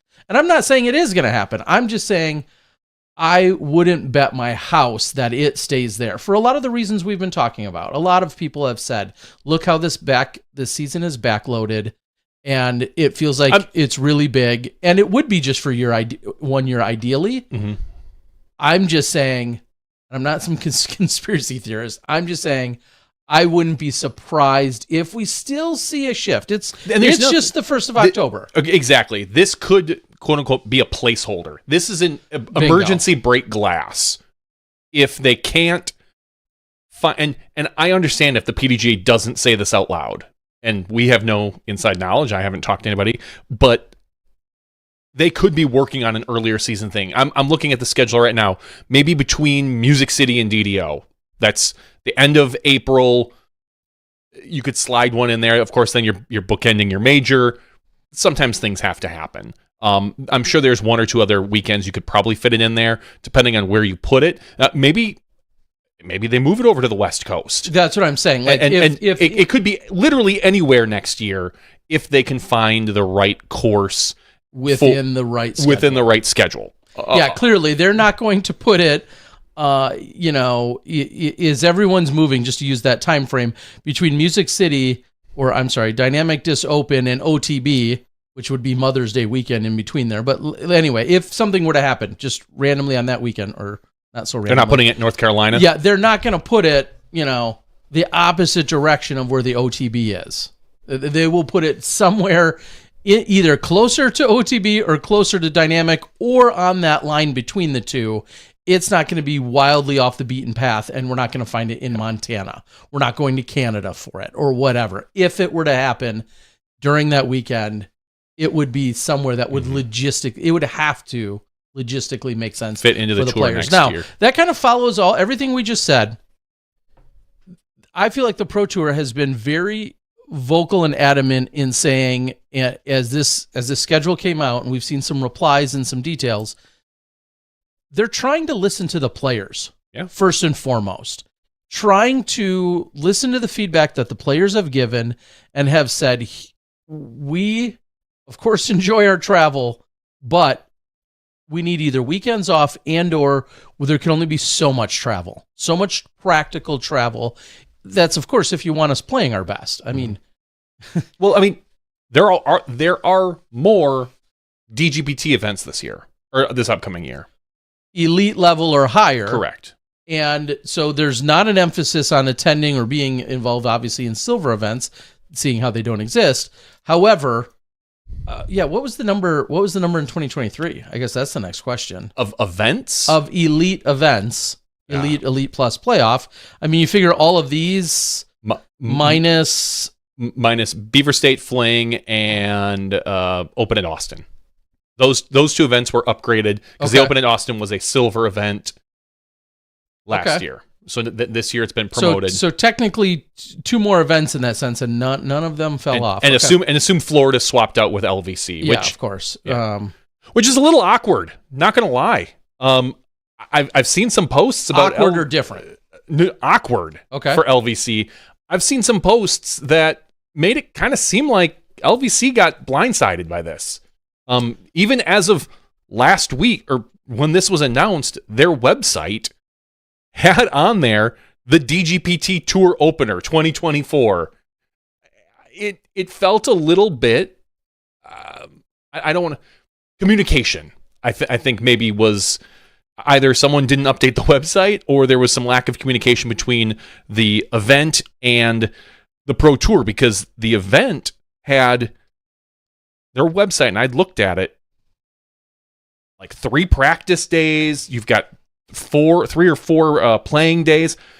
If we're starting on that weekend in Florida, the same weekend that LVC is going on, nobody's going to LVC. Like no touring pros will go to LVC, so you won't need all those practice days. You won't need you won't need a lot of that. So I'll be curious to see how LVC is received this year on its 25th anniversary, I believe. Yeah, and here's what I'll follow that up with and say is, like you, I saw on their website they had dates. I don't think it said DGPT Opener. It just had dates. No, it literally said DGPT Opener. I saw there was a big graphic. Okay, I saw dates that read. Of course, as some of you know, I will likely be participating in a Southeast Asia tour again this year, and then so I'm looking at potential dates and a return. And I was on the website. It must have been Tuesday night, Monday night or Tuesday night, the day or two before our schedule dropped on Wednesday. And I saw those dates, and they were in line with what I expect. Also, as many of you know, I'm usually intimately involved with the Memorial, which follows up on the following weekend. And so I'm just starting to think ahead to 2024 myself. And so I had seen the dates that had said the 22nd through the 24th, or 22nd through 25th, whatever it was. And I thought nothing of it. Thought status quo.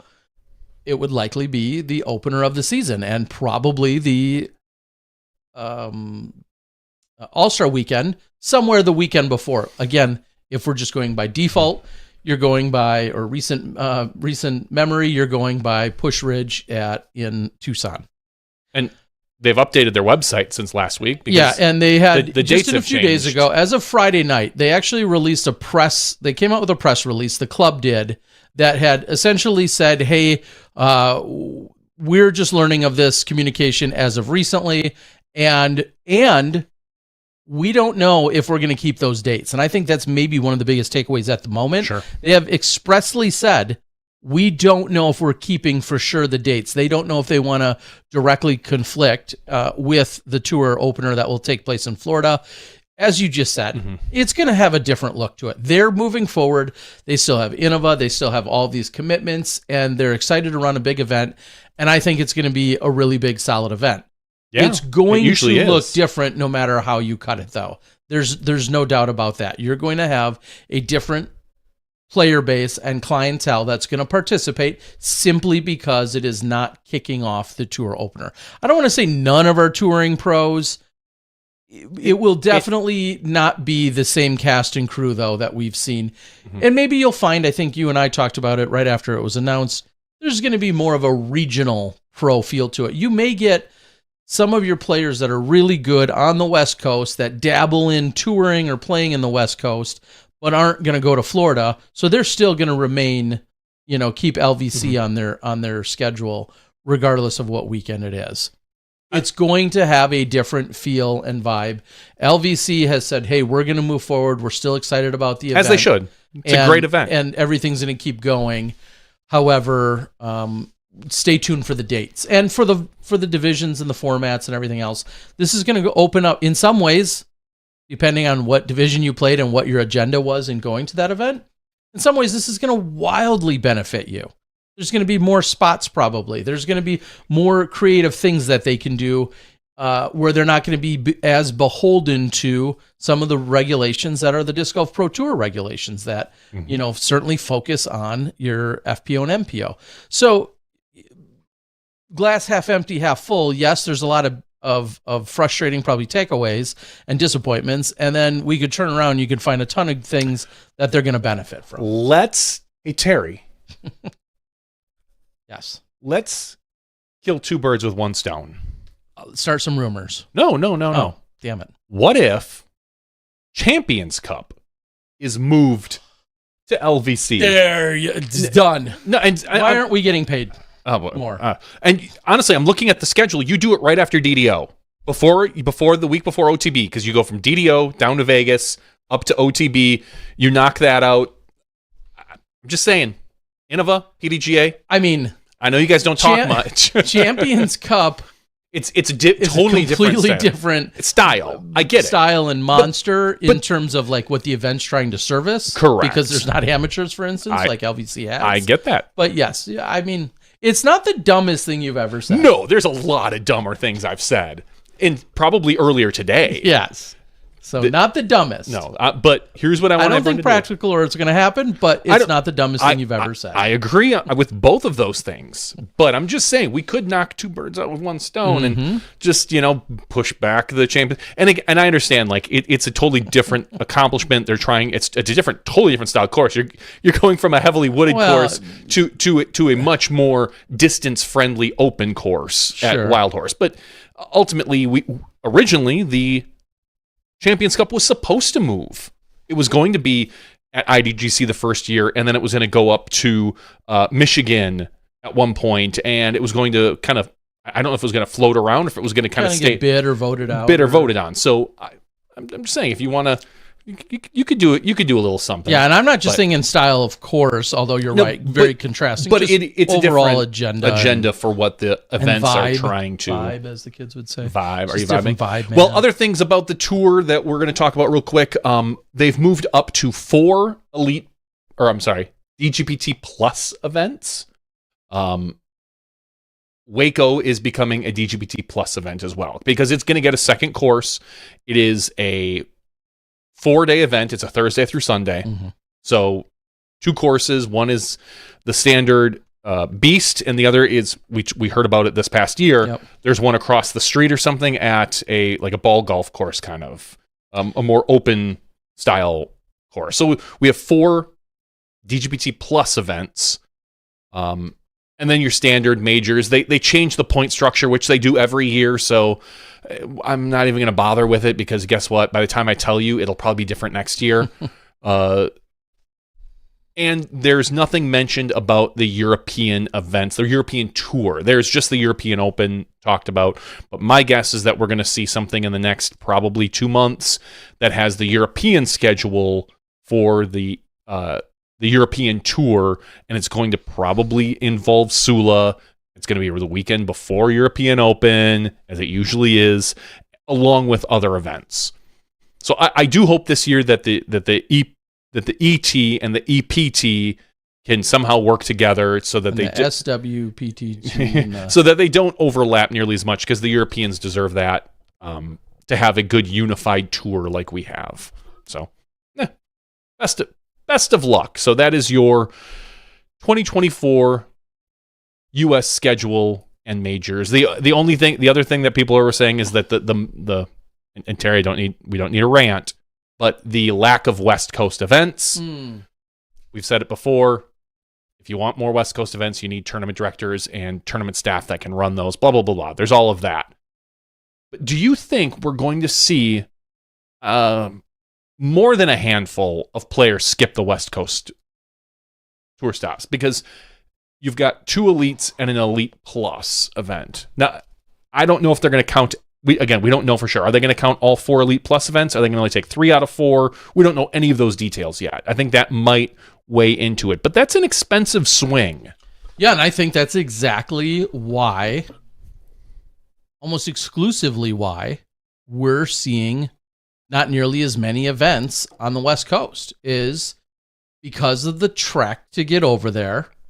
And then your costs are more there than any other part of the tour. East Coast can be expensive as well, we know. However, the West Coast, when you're talking about vans and RV life and things of that nature, and you're talking about gas, and you're talking about lodging, and literally all of those things, everything is more expensive and restrictive on a couple of those West Coast events when you're talking about California, Oregon, so on and so forth. And I do think you're going to see a number of players skip those particular events and just not make that swing, so to speak. Maybe hit some bigger A tiers in the Stay home, Midwest. hit a few A tiers, do whatever. A few of them will just flat out take off. Not too many, but some that could afford it will take off. Some of them, maybe that coincides with some mini international trip. I doubt it, but maybe. I mean, there's just more opportunities for more things there. I think we're going to see a number of people. Now, again, it's going to come down to your overall logistics and your personal pocketbook of, can you afford of not gaining any points at that event? Will that, harm you in the long run throughout the rest of the season or not? Someone like a Calvin Heimberg, who I'm not saying is or isn't going out there, he probably will, but someone like a Calvin Heimberg, let's face it, probably could miss those 3 events and will probably be near the top of the Disc Golf Pro Tour standings in 2024. And I think, as an example, I say worst case, if you're a West Coast fan, you might see the players fly in and out of the Elite Plus event, or DGP potentially. Plus. Sure. Depending on how the point structures look, what's included, what isn't, you could see them kind of bounce in and out and just get in there in a week and be out. That could make sense to some people. The only reason why that's a little tougher sell, I think of, because so many people specifically love Beaver State's courses. Sure. So then you're already going to say, well, maybe they fly in, they play Portland, it's the 4-round plus event with extra money, and it's a pretty straightforward, good course that they, for the most part, do enjoy, it seems as if. And then they also do Beaver State because Beaver State is so beloved. And so, therefore, you get the big bang with those 2. Now, when you're talking about Portland to OTB, you're talking, I'm going to say roughly 9, 10, 12 hours, somewhere like that in terms of driving. That's the one that I could see potentially being on the chopping block the most, where people are like, hey, yeah, I could see doing the true Pacific Northwest in Portland and Beaver State, but OTB, I'm not going to make the journey for. I'm sure sometime right around then is going to be De La. There will be events you can probably go to. My guess is De La is going to be the week after OTB, if I had to take a wild guess. Maybe the week before, but the week after is a gut instinct that you could hit these other large A-tier events, as we said. And it's funny because this harkens back to everything is cyclical, Terry. When we were younger, and the A-tiers, the super tours called at the time, were what a majority of the players hit when they weren't doing the NTs. And that's what we got. We've now eliminated silver events. I guarantee you we're going to see more big names play more big A-tiers again on these weeks where they just have a weekend off. Like, oh, cool. I've got after the Des Moines Challenge, I'm not going to Europe. If not, I'm going to play some A-tiers or between Preserve and Des Moines. You know, maybe Mad City Open is an A-tier on that weekend or something, and they play Mad City and then go down to Des Moines. I think you're going to see players, these top players, hit more A-tiers than we have in the past because there's no silver events. And again, it's not going to be all of them. You're not going to get your Kelvins, your Pauls, maybe not your Rickies, although Ricky is a workhorse, so you never know with that guy. But it's not going to be your top tier competitors. But I guarantee you, 10th place through 50th place on the Pro Tour standings probably might be showing up. Probably more than likely gonna take your money at your local A tier. Yeah. So I think that could be kind of cool. Yeah, we'll see what that does. Or as, again, so many players are continuing to say, hey, we need more weeks off. We can't be on this grind as much and playing our best, therefore. And now I get it. There's some people that very much replied, especially when I had done my little podcast the other night, people saying, oh, you guys are throwing Frisbees for a living. Get over it. You're getting paid $1 million, Ricky. Quit whining. That's a take that you can have. But just know, yeah, Ricky could play all 18 of these Elite Plus events plus 4 majors and play 34 weekends next year. He could burn out his body. He could also have troubles getting from event to event due to tight turnarounds and everything else that goes along with traveling. And he could, what if he plays at, I'm just going to throw out a number and say 70%. Let's say he averages 70% of his full capacity, but he plays in 30% more events. Is that the Ricky you want? I mean, thankfully, Ricky gets to make those decisions, not any of us, our armchair quarterbacks. But those would be decisions he should let you and I make a schedule. Like next year, Ricky, we're gonna make your schedule next year. I'll talk to Fern. I've got an idea or two. Yeah, maybe. And guess what, Rick? It starts in Thailand, but that's another story. Ooh.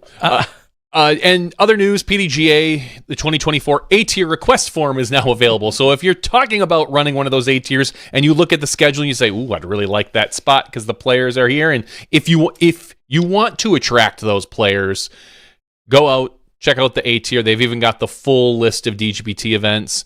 So are these just DGPT Plus and they're no longer Elite Plus? They're considered elite events. Elite events. Because I was...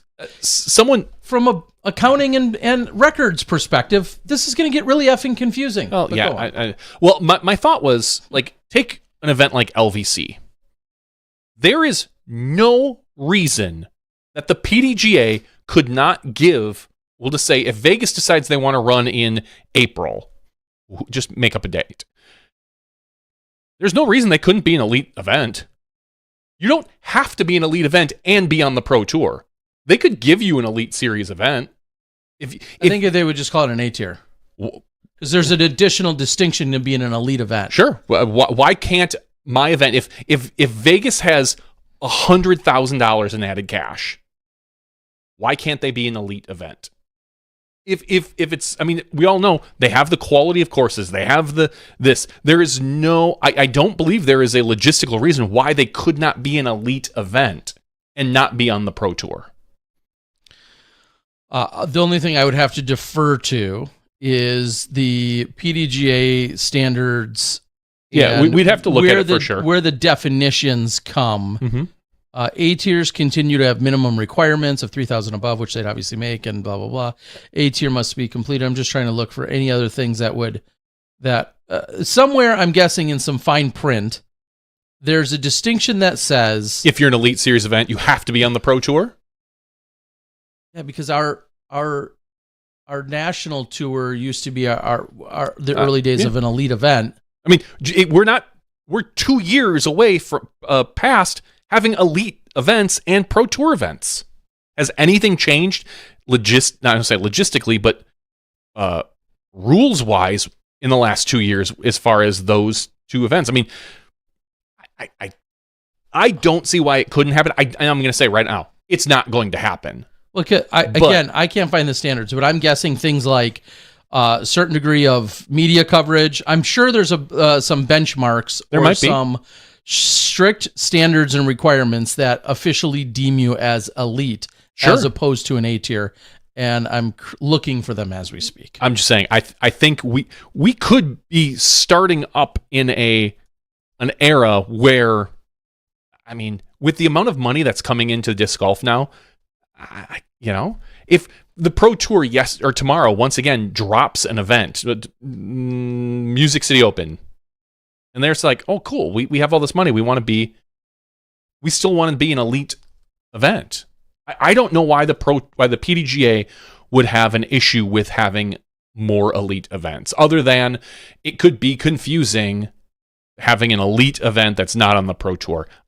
I don't know what the qualifications are. We'll take a look here, but I would love to see somebody try. I'm looking at Elite Series per the 2023 standards chart. Okay. Length of event, 3 to 4 days, holes, all good. You need a minimum added of $30,000 as opposed to $3,000 for an A tier. So that's a significant jump. Pro purse has to be, 100% entry fees. AM payouts are not applicable because you can't have AMs. Correct. So that other stuff is all pretty standard. Current officials, sanctioning, all that, it's pretty standard. I'm sure there is, if I could find some words, of course, distances they matter, but they don't. Minimum rating of 935, that can be applied. Yeah. Earthen tee pads, that's just one of the standards, that you can't have any earthen tee pads at an elite series, and the course has to be set up a few days ahead. Again, all not a problem. Yeah, I don't know.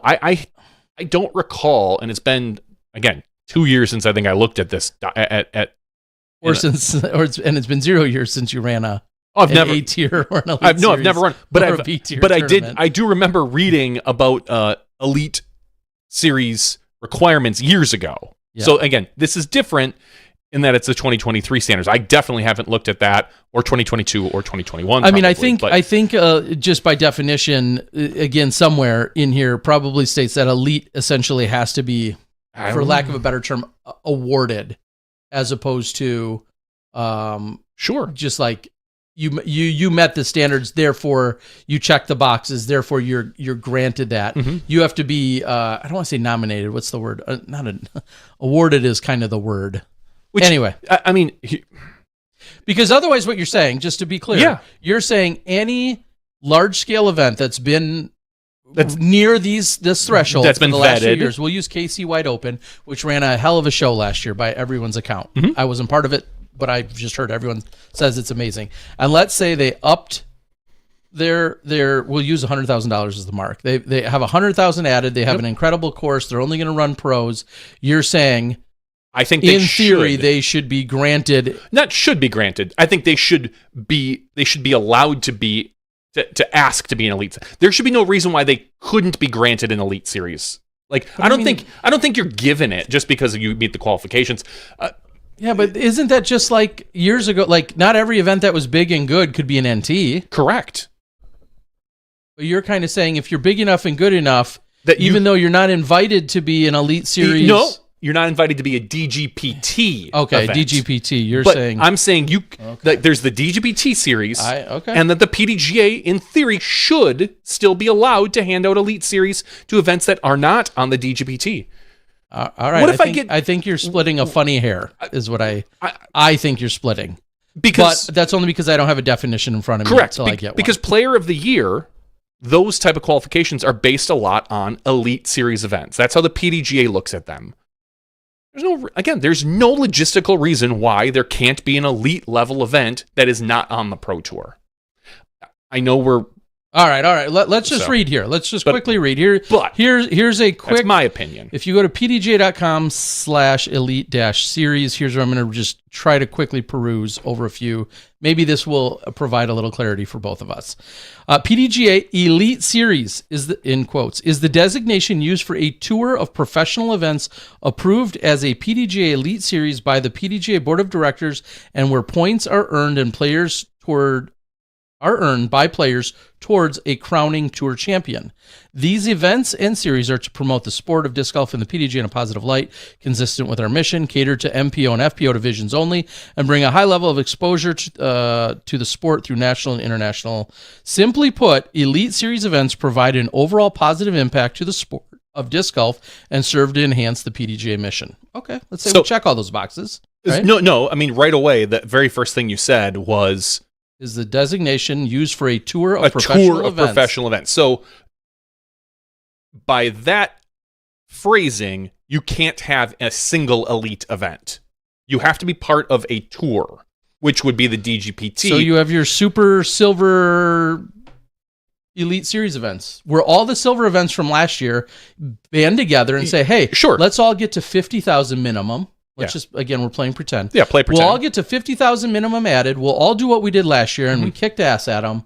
And we're going to call ourselves the Super Silver Elite Series. Sure.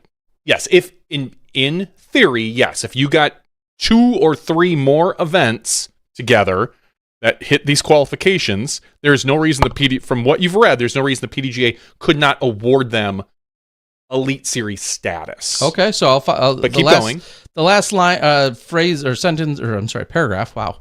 For a series of events to be designated as a PDGA Elite Series, all events comprising the series, as well as the series itself, must show a track record of success and include the sustainability of the organization, both financially and in its execution, with the ability to repeat each season. Each event in the series must be sanctioned as an A tier or above and must consistently maintain or surpass competition standards of the PDGA, also as the individual event contracts with our Elite Series event hosts. So in theory, I guess if I'm reading this correctly, say it. In theory, say it. If a number of events bonded together, say it and created a series, in theory, they could also be a PDGA Elite Series of their own. You're pretty close to right. I'll take that. I will take that. And again, I don't think this is going to happen. But it's you're not crazy because people said that. They said, hey, why? These are all great events. Why don't these events just run on their own then as their own series? People have said that. Because you don't, again, like KC Wide Open, LVC, Cascade Challenge. Dela, Cascade Challenge, and whatever. Cool. You guys all get together on a Zoom call and you say, hey, let's make this a mini tour. We're just going to award points to people at the end of the season. We'll have a crowning event or a thing. We all hit the qualifications. Let's be elite events. And then you have to go to the PGA, and the PGA has to say, cool, you're an elite event. Now, I do know that the Pro Tour has a contract with the PDGA that says any official tour of the PDGA, they have first right of refusal for coverage. So that is part of, and that's anywhere in the world, I believe. So if there's a Southeast Asian tour that the PDGA dubs as the official Southeast Asian tour, the DGPT, I believe, has first right of refusal to cover that before anybody else. But if those events wanted to band together, I don't see why we should not let them. If they all hit the qualifications. Well, again, we'll keep using Super Silver as a random name. Super Duper. The Super Duper Silver Series. Yeah. Now, also, if you go to dgpt.com, the very first thing it says on the page, Disc Golf Pro Tour, the official Pro Tour of the PDGA. Okay. I just am throwing that out there for some context. They are. They're official. Yes. That doesn't mean there can't be other Pro Tours of the PDGA. There's just the official one. As Alfred says on the board, let's just bring back the term National Tour. Do it. Like no one's using it. Branding there. Yeah, there's already some branding. Johnny, I think you just volunteered to be the CEO of the national tour, and I will be your media consultant. Oh, that's so good. Let me call Steve Dodge and get some pointers. Love you, Steve. We'll see. Too soon. Too soon. We just stumbled into it. All right, CEO. What could my title be? Director. Yeah, I'll be a director. You got to be director. That's like something. Yeah, director of something. That's literally director of something. What do you say? I'm director of something. Yeah. Just call me the director of something. Okay, so now that we've gone off on that tangent for the last 15 minutes as far as what we're going to see on the tour and A tiers and whatnot, Terry, what other news do we have? Obviously, I would just quickly to kind of button all that up is, okay. Of course, tons of reactions. And I've gone over some of these. Isaac Robinson just literally said, "I love this." Like that was his whole response to it. Ezra Aderhold, I think explicitly said, "I hate that we're skipping Vegas. That sucks. I like Vegas." Of course, fans' perspective. Tons of you, even on the board tonight. Oh, good. I hate Vegas. The very next post could be, "I love Vegas." I mean, if the reactions alone don't tell you how difficult it is, then I don't know what else to tell you, because you can find just as many people that say one thing and then nearly the polar opposite come in from the other side, which just proves how difficult this all is to navigate. That's what I'll say. I'm guessing if you live on the West Coast, of course you're disappointed. You're like, if Arizona is your home base, like we'll say Anthony Barella, he probably doesn't want to have to go all the way to Florida to drive all the way back. I bet you he didn't mind starting in Vegas. As one example, sure. But then funny enough. But if you're Isaac Robinson and you live in Georgia, going to Florida looks way better than driving all the way across the United States, to drive all the way back across the United States, just to drive all the way back across the United States. Sure. And then coincidentally, that you just randomly brought up Barella, his father, on one of the messages, I think Macbeth made a post and said, "Hey, the news is out. We're kicking things off here." Anthony Barella's father, Jason Barella, chimed in on that particular thread and said, "Well, looks like we're moving to Florida sometime soon," like making the joke that, hey, everything's starting over there. They'd be ready to move out of Arizona. Again, maybe a little tongue-in-cheek, but funny that it's so... You want dry heat or wet heat? It's so subjective as to who you are and, what satisfies you the most. And clearly there's a lot of differing opinions out there on it. So it was interesting to see... Chris Clemens made one of the most pointed posts that I saw out of everyone as one of the responses, and he said, when we play the Beast or Waco, of which only now half of the tournament is at the Beast, and the other half will probably be in a much more open, temporary course or semi-permanent or permanent course. We don't play a wooded course again until Northwood Black at Ledgestone. It's just I would push back against that in Beaver State a little bit. I mean, sure, definitions of wooded courses, whatever. If you're talking tight lines, okay. And I'm just saying that's that's a valid take. But I could also say, the whole last month and a half of the tour is all wooded golf practically. I don't get any bomber courses. I have no Heiser Olympics anymore.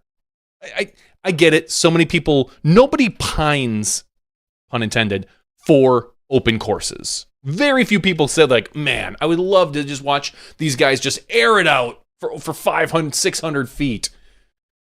Other than probably GMC at Brewster, right? Brewster's the open one. I was confused. No, Fox Run. The Meadows. Fox Meadows gives you the idea that Fox Meadows. Open. For some reason, it's been 10 years and I can't get those two straight in my brain. It's one. They're one big course to me. Other than that event, I mean, what big wide open bomber courses are out there? There's none. You get no courses like Vegas where you can just unload after that. So I've always said I love our tour because of the variety. Now, is it not as mixed as I would like as far as open wooded? No. We've always started out the first half of the season, early season tended to be the wide open, kind of get your arm ready bomber courses. Then you had one or two kind of wooded courses. Like Waco is a 50-50 course. You got 50% of it in the woods. I'm saying in the Beast in general, 50% in the woods, 50% is kind of park style golf. And now you've got we'll just say the other 50% of that tournament is going to be probably more of an open bomber course. I don't know. I understand Chris, because Chris really prefers that style of course. So I can see his, I don't say frustration, but I can see his point of view. I just think that we have a lot of different styles of golf, and they're weighted differently on different sides of the tour. All I can, I'm just saying I can understand his perspective. Yeah. Like, Glendevere, I mean, they're a little more of a bomber. Glendevere and OTB, they're a little bit more open. Correct. So, at any rate, that was, it was interesting to see players' perspective. Of course, a lot of events and TDs, and I mean, I kind of lump them. There's like the spectator perspective and fan perspective, right? Everybody, they had their yelling and screaming, and then individual events. And we kind of touched on it. KC Wide Open, Las Vegas had their, responses. I also thought of, a place like Tallahassee that I know has worked really hard and got as far as being a silver event. Super Silver Elite Series. Yeah. Super Silver Elite National Tour Series coming at you. But sponsored by the World Tour. They work super hard. And now here we are in Florida, but they're not going to be still on the tour, and that's no slight at them. It's a number of events. Again, we couldn't have 26 events, with removing the silvers and then replacing them with other events. Then you can't just say, well, now we're just going to have 26 events that everybody has to go to. Well, you could. But again, there's no reason. I think we are moving there. I think we're moving to a point where there will probably in the next 5 to 10 years be an elite event almost every weekend. And then players will just get to pick and choose the ones they want to go to. Oh. Like, I think if let's just say you had 30 elite events and you only take the top 15 in your score, cool, guess what? I get to pick 15 elite, or maybe I go to 20, or just to hope that in case I tank a few events. I think we're moving there. Yeah. And you're going to see players skip events. You're going to see somebody that just goes, I don't love MVP. Just throw one out there, even though everyone loves MVP. But I'm going to skip that event. I don't know. As the board, very divided. Like I said, some people say, I liked Vegas. Too bad it's gone. And just a few, messages earlier is, I'm glad to get rid of it. Again, it's everyone has a different take on it. There's lots of reasons why it does make sense to be there, and there's some reasons why it doesn't make sense. At the end of the day, you nor I are making any of these decisions. And quite honestly, we were completely in the dark about what the schedule is going to look like. The night before, you and I were talking on Tuesday, after show, on the after private show, and we were saying like, I'd love to start getting things scheduled for next season. I want to know. I wonder if they have the tour set up yet, even a rough draft of it that maybe we can kind of start to get the feeling for. Because all the majors are set, so then I'm looking to see what the pro tour looks like around that. Yeah, and so we reached out and they were like, "Well, here's a rough schedule. I wouldn't count anything for sure." And then literally like 10 hours later, here's the finals tour schedule. That got approved real quick. They got approved real quick. So we were not privy to it in any way, nor should we have really been. But this gives us a good framework, and you guys can continue to argue and fight about it, but that's what is on the schedule as of now. And they're going to continue to add things, like Johnny said earlier. There might be some, qualifying events and some of these other things. You're going to probably see a few exhibition things come up. I know there's been a conversation about some of the exhibitions we've had over the last few years. Some of those might surface as the year goes on, so on and so forth. So remain calm for now. And no, I'm going to panic. It's October. Well, you're already the CEO of a new tour. Damn. You better start panicking. I need to start getting on that. So good luck with that. Do you think if I called up UC, I could get the old World Tour flags? It's worth a shot. UC, send them to me. That is definitely worth a shot. All right. What about bringing disc golf to rural downtown areas and bigger cities to promote the most growth in a Grand Prix style that makes sense? Don't see it happening. It sounds fun. It sounds like a great exhibition. It sounds like a good PR. I don't want to call it stunt. A good PR marketing, like exhibition kind of thing. I think of the the GoPro Mountain Games a few years ago. Asheville has had some city golf stuff. Like, there's a ton of really cool things that could happen, but we're not going to see it, I think, as a legitimate, in terms of a legitimate event that is, with a $30,000 first place prize, unless again, GoPro comes along and says, "Hey, we've got this absurd amount of money to throw at you," and even then, it would still be essentially under the umbrella of an exhibition. Well, if GoPro has a ton of money to throw around, contact me, the new CEO of Super Series Silver and National Tour Incorporated Series LLC. What is a great question. Alfred asks, so the disc golf convention is dead. That's the other thing that wasn't directly addressed on the schedule. However, Orlando's like the convention capital of the world, practically. And if it doesn't happen, or maybe number there, 2. If it doesn't happen in Orlando to kick off the year along with the All-Star event, I could see that maybe shifting to the end of the year. And I know they took a lot of feedback in terms of what happened at the first year's event. Well, I keep saying last year. It was just, I guess it was technically like 8 months ago. They're going to take that feedback, and with transitioning to Orlando, it may not happen in Orlando in the beginning. It might, but I also wouldn't be surprised if you see that attached to an end of the season gathering as well. That's the only, I don't even want to call it insight. That's the best speculation, though, that I could give you. This tour, you know who it benefits the most? No. The old Pro Tour. This old Pro Tour. The old 2024. The old 2024 Pro Tour. Who's the benefit? Skip Ace. No more freaking silver events I need to worry about. People pissed and moaned because half the pros would sign up for the silver events and then they'd skip out on them. And so suddenly it was like, oh yeah, look at all these players that are going to be there. And a day before, suddenly you have a third of the field gone and people are complaining. No more silver events. See all the pull you have? It's all Pro Tour events. So we'll be able to make a very nice schedule next year of just Pro Tour and majors. That's great. And I'm really excited. I got some good stuff for Skip Ace next year already. It's going to be fun. All right. Yeah, so that was one advantage. And then real quickly, just for the sake of addressing it, some people immediately said, hey, the schedule in this tour is a direct reaction to red and blue states and transgender litigation. I don't think so. Not at all. Like, if you just look at it, like there was the potential lawsuit in Minnesota.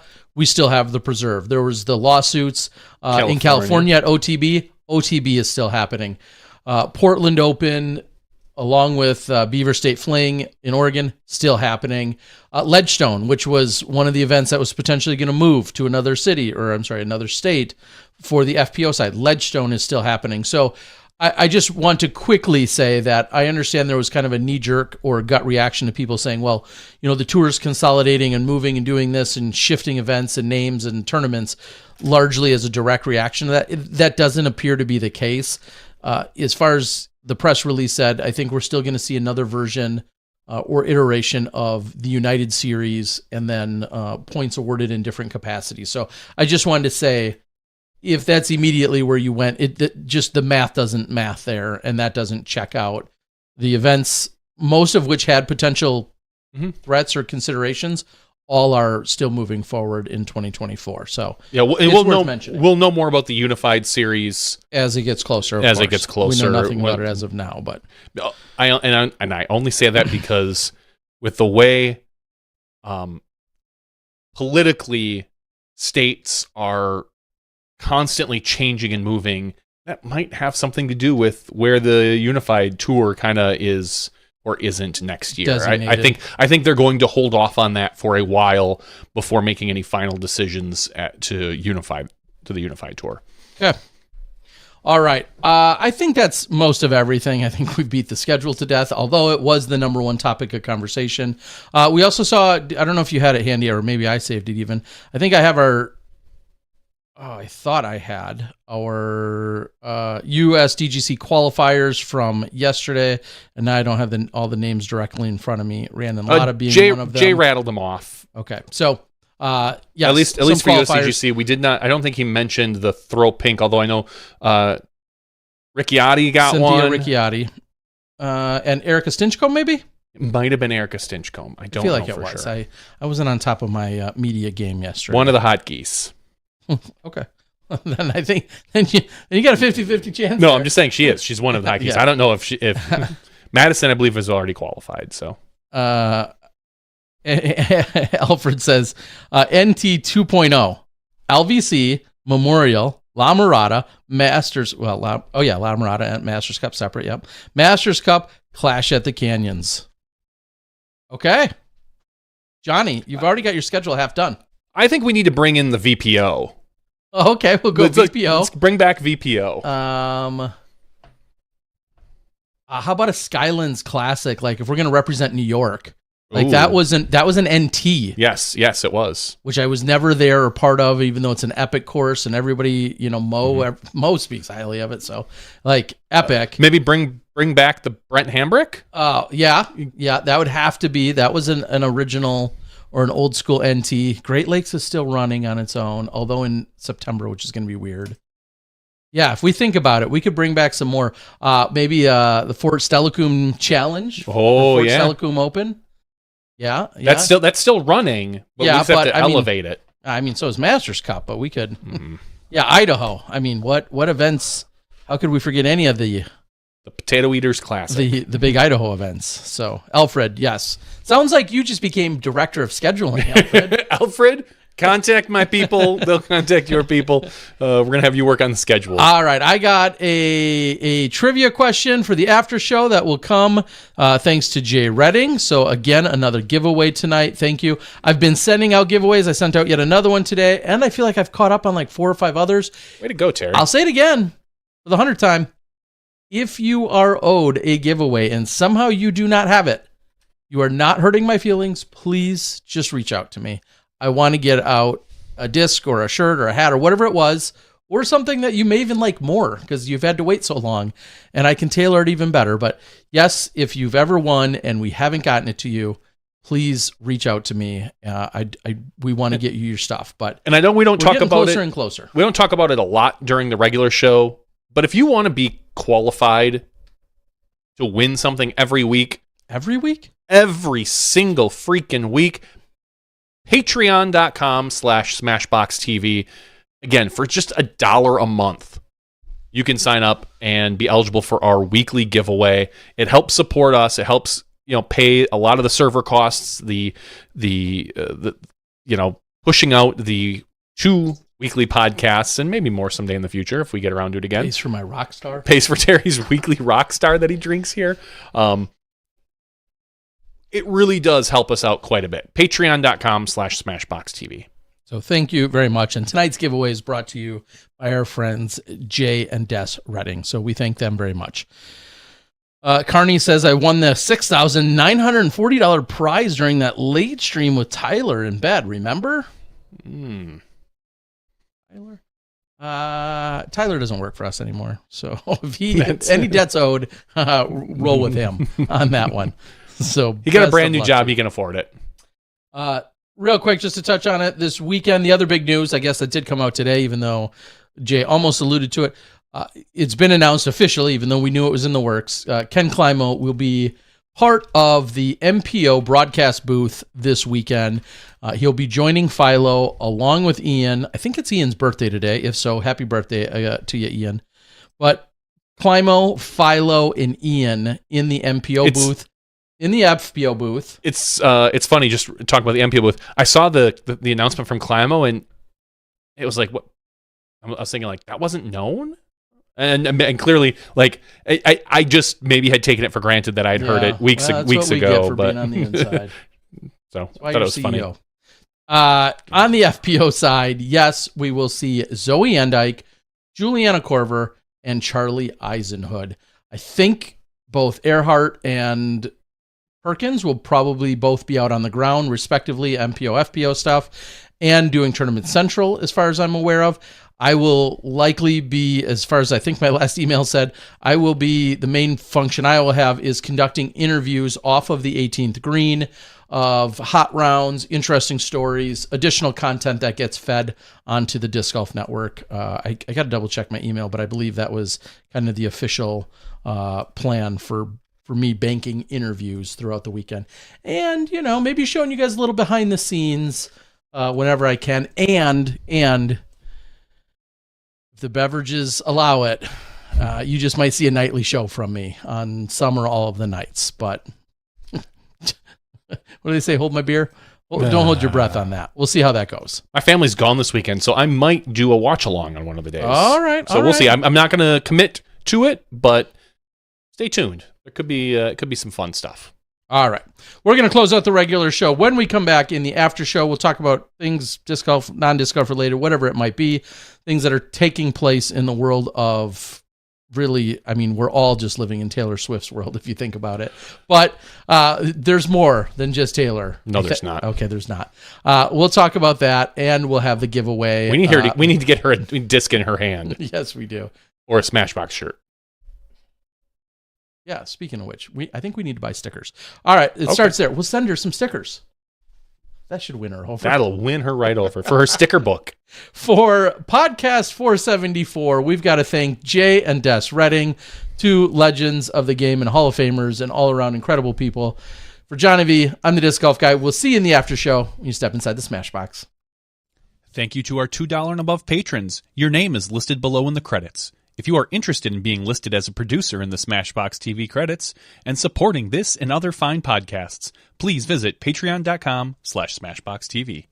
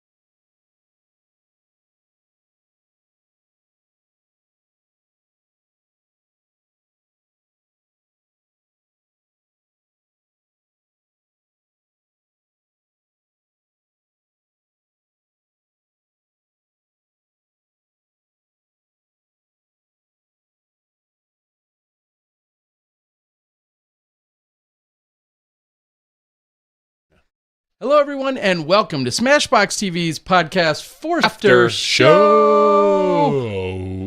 I had to really think about where we were going with that one. It's the after show, folks. What's that mean, Johnny? It means we get to talk about whatever the hell we want to talk about. It's sometimes disc golf related, sometimes it's not. We give away some prizes. We rant, we vent. Terry sometimes talks about travel issues. We talk about movies or music that we're watching. We're going to talk about some T Swift action, which will make Hannah Macbeth really happy. Oh, yeah. She is a big Swiftie. Yeah, well, I'm going to start off with a couple. I don't think. Do you think she's a Kansas City Chiefs fan now? I don't think so. Oh, that would be because I think I'm she's guessing still. that would be a stretch. Yeah, she's still pretty much a Patriots fan, is my understanding. So yeah, probably. And Paul is unfortunately a Denver Broncos fan. Unfortunately, because they're having such a bad season. Yeah, who knows what he's got going on. Well, let me start off here. It's the after show, I know, and who knows when you're listening to this, but nonetheless, awesome to just quickly announce a fellow man in the media, a couple of them, but Ian Anderson, one of the early adopters to everything that is disc golf post-production, now live production, and everything else that he does, Central Coast. Happy birthday to you, Ian. Hope it was a good day out there today. I know you're not listening. I wouldn't if I were you. But nonetheless, happy birthday to you, pal. Best of luck with the USDGC broadcasting that's coming up here in the next day or two. And Johannes over at Latitude 64, who you often will see in videos, helps assist, do plenty of the funny stuff, but I think is one of the main brains behind a lot of the content, whether it's digital, print, or video or whatever. One of the masterminds over there at Latitude 64. So happy birthday. We also do want to give our best wishes and a shout out to Kona Panis, who this week will be going through surgery to hopefully remove any cancerous thyroid, I believe is what she has. So if you follow her on Instagram, I don't know if she has other ones. Maybe she has a TikTok. She seems like the type that have a TikTok. But for sure, Instagram.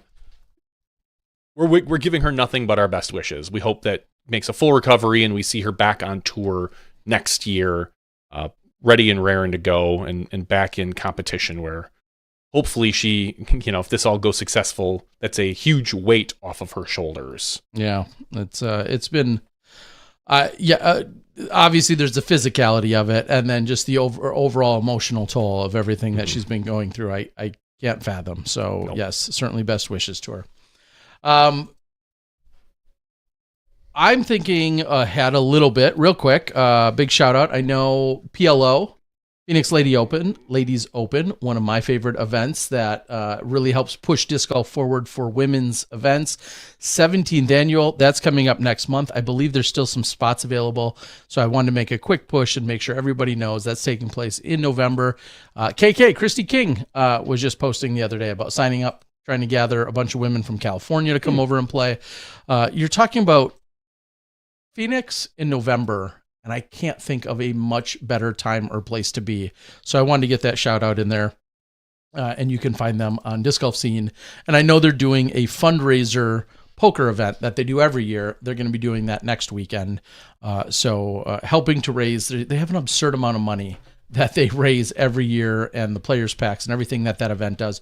We've had Jamie, the TD, we've had other TDs and other ambassadors for that event on, and Paul Sacco and law offices and everyone else is just incredible out there. So I wanted to get it thrown out there that, PLO, make sure it's on your calendar as we're starting to wind down from our crazy tournament season. Also, saw a post and talked to her briefly today that I know Zoe Endike and a few others going to Africa right after Throw Pink as part of the Uplay initiative. So super excited for them. I hope everything goes well and travels are good and Uplay and Paul Macbeth Foundation and everything else that's tied into internationally promoting disc golf. And then while I'm on international disc golf, yes, I know I alluded to it earlier, I'm going to be gearing up and trying to get some details together for a little bit of a Southeast Asia tour that will be taking place. You guys have seen me in Samui on that island. Last year I got to take in Chiang Mai where we saw Scott Stokely and Shasta Chris and interviewed them and talked to them. This year I'm maybe even seeing if I can add Malaysia to that. And I'm doing it for you. I'm not doing this for myself. I am doing it exclusively. Really? Yes. I want to fully exploit the budding and growing disc golf communities. In what happened to be... Exploit might not be the word you want to use. What happened to be exotic and beautiful tropical locations, that is a byproduct.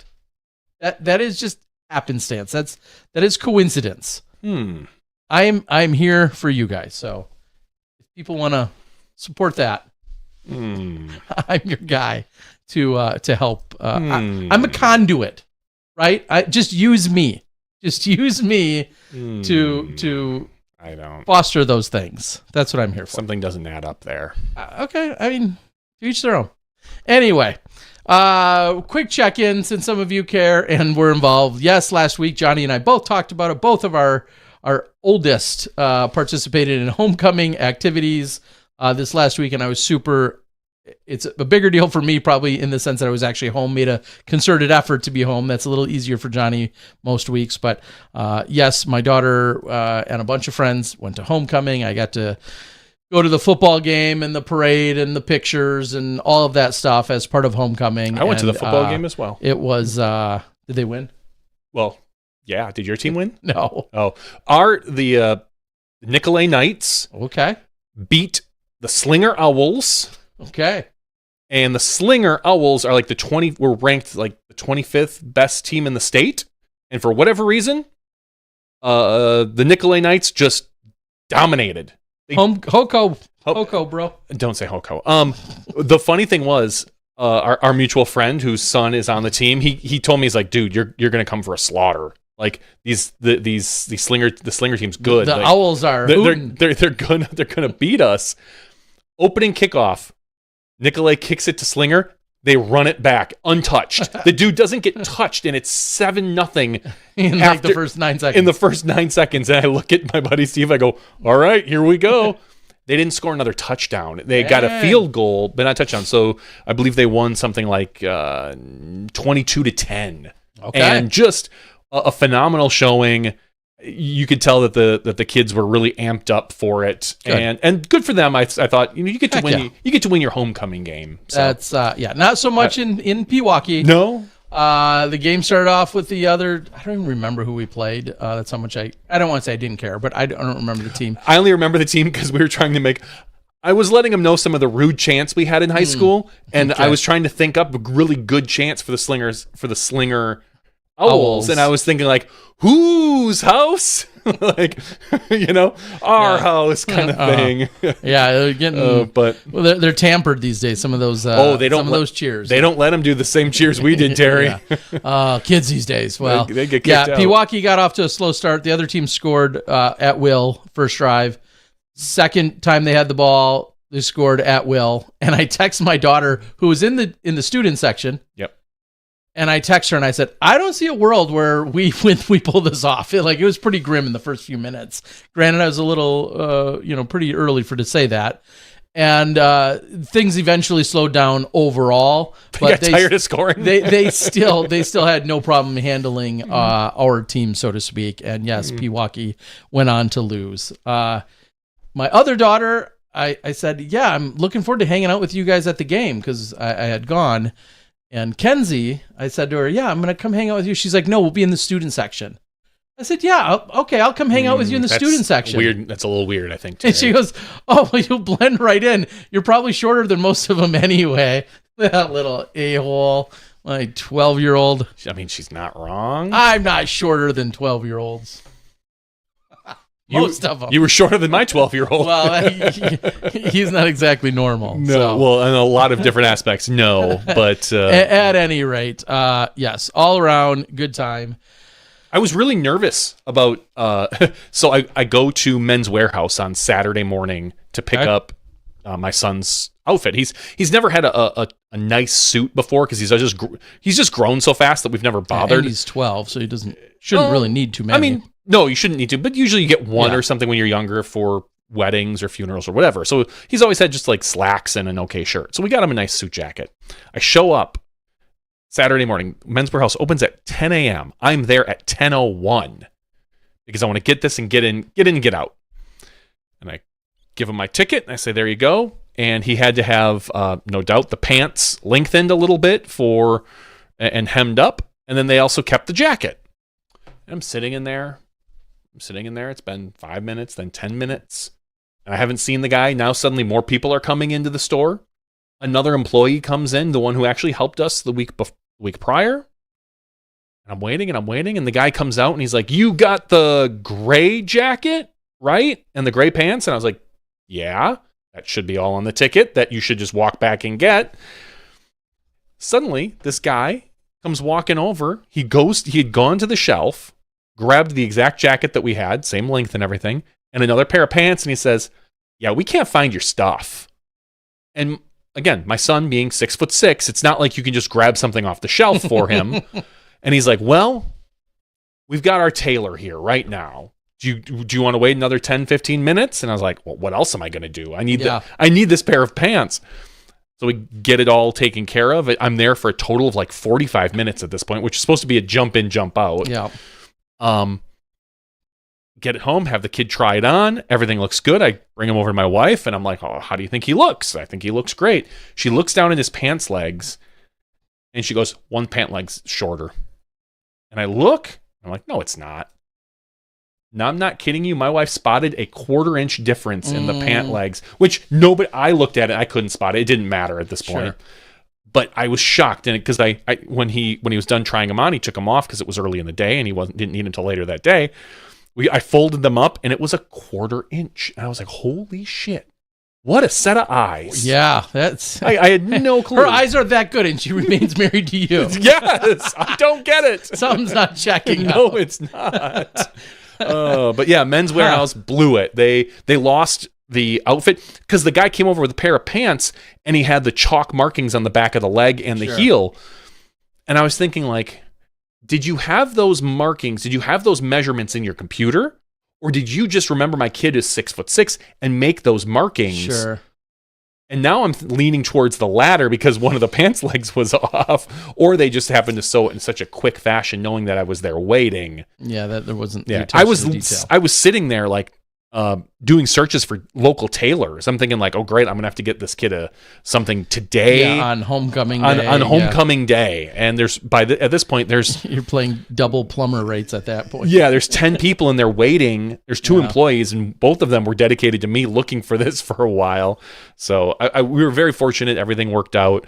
They did their fancy Culver's dinner, him and his friends, and then went to the dance where they just sat and chatted with each other, apparently. Got a freshman dance thing. All right. Well, no one was arrested on my end, so I consider that a success. Not that they're bad kids, but no, your kids aren't bad kids. No arrest this year. Give it a couple years when Kenzie's older. Oh, then yeah. We'll have a different conversation. All right. We'll go back to disc golf for a moment. That's Homecoming 2023, freshman edition here in Wisconsin. Stay tuned next year when you get the sequel, sophomore edition. Yeah. So Eric asked a very legitimate question that says, can you speak to some of the things the Canyon course in Florida will be updating or might need updating in order to be ready? I'll admit, when I did a drop zone and I talked about being surprised that the Canyon is kicking things off. Why? Not because I didn't know that. I knew Paul Macbeth and Dylan very, very openly said they wanted a tour event to be there. I was openly shocked at the turnaround. And I think of things like Paul has talked about a clubhouse eventually being there, like potentially state-of-the-art, really nice clubhouse. He's talked about, well, it's not even just him, parking needs to be addressed there. The parking right now, which has been just people pulling in throughout the years, the parking, I'm not going to say it's terrible, but the parking conditions are terrible. That is a fair way to put it. Just because it's been all natural and there's never been a designated, officially graded and put together parking lot. So parking lot's the top concern, in my opinion. And then you're talking about T-pads. T-pads are the next big concern that I know Paul wants to have a couple of different layouts and configurations. I think he's going to have to be fully committed, or they have to be fully committed to getting the 18 potentially men and women and or women pads that need to be in there. And just worry about those. And here's what I mean by that. If in a perfect world, Paul and Dylan could see having possibly 2 pins on a given hole and anywhere from 1 to 3 tees on any given hole, clearly right now, to have this event, they need to focus on the applicable tees for FPO and MPO. And so even when we do see it in January, it won't be in its completed form by any means. I just thought, seeing that this was announced 2 days ago or 4 days ago, that by the time, we'll just call it October 1st rolls around to February, we're going to call it Valentine's Day. Let's just say you have to have it done a few days beforehand. So you're talking about November, December, January, and 2 more weeks. You're talking about 3 months and 2 weeks for a ton of work to get done. Now, do Paul and Dylan have more resources than most parks departments and me and Johnny and 100 of our friends combined? Yes, they do. It's just still going to be a lot. That was my only point, and I think Paul almost took some offense to the idea of me second-guessing it. I'm not second-guessing his wants and his desires or his capabilities. It's just a lot of work. It's just at the end of the day, still a lot of work. Now, you turn around and flip that on its head, though, and say, even if it's not perfect, and it's not a completed project 100%, and it looks pretty good, is it going to have any more or less than some of our other events? Like... And I use a Jonesboro, for example. Jonesboro, one of the most beloved courses, decided to have it. It's this incredible course out on this field, but there's not infrastructure at Jonesboro. They put up a tent, they bring in nice porta potties, they have a very nice experience, but it's still largely temporary.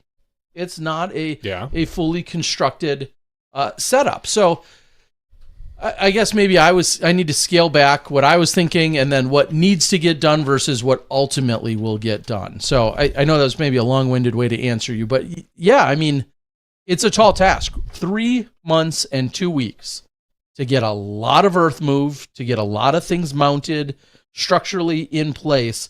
The course layout, for the most part, I think is there. I think Paul's probably talking about making just a handful of hole changes. The majority of the course is in place, but I'll just say that I feel like there's still a lot of work to get done, and their crews and money and earth moving powers. I don't doubt they'll do it. It's still a lot. So, if that answers what you're saying. Again, you can go back on Orlando. I'm just personally curious, will we see a temporary layout at some kind of resort or facility? Will we go to an Orlando-based course that we have some exclusivity on? That I don't know. We don't know those answers. No, yet. that's no one knows that yet, probably. So, yeah, I don't know if they know for sure. So, all right. Looks like we got some Swifties up in the house. Yeah, I was saying Taylor Swift is the biggest music star in the world right now. And arguably. And I would have said a year ago, before her Eras tour, I would have said Beyonce. But I think Taylor Swift at this point, I mean, it's neck and neck, but I would disagree, but that's okay. I think she has pushed, I think Taylor Swift has pushed past Beyonce. Well, now she has. There's no doubt about that. I would say maybe more significantly than just what you just said about, influence and tour and music performer and what she is.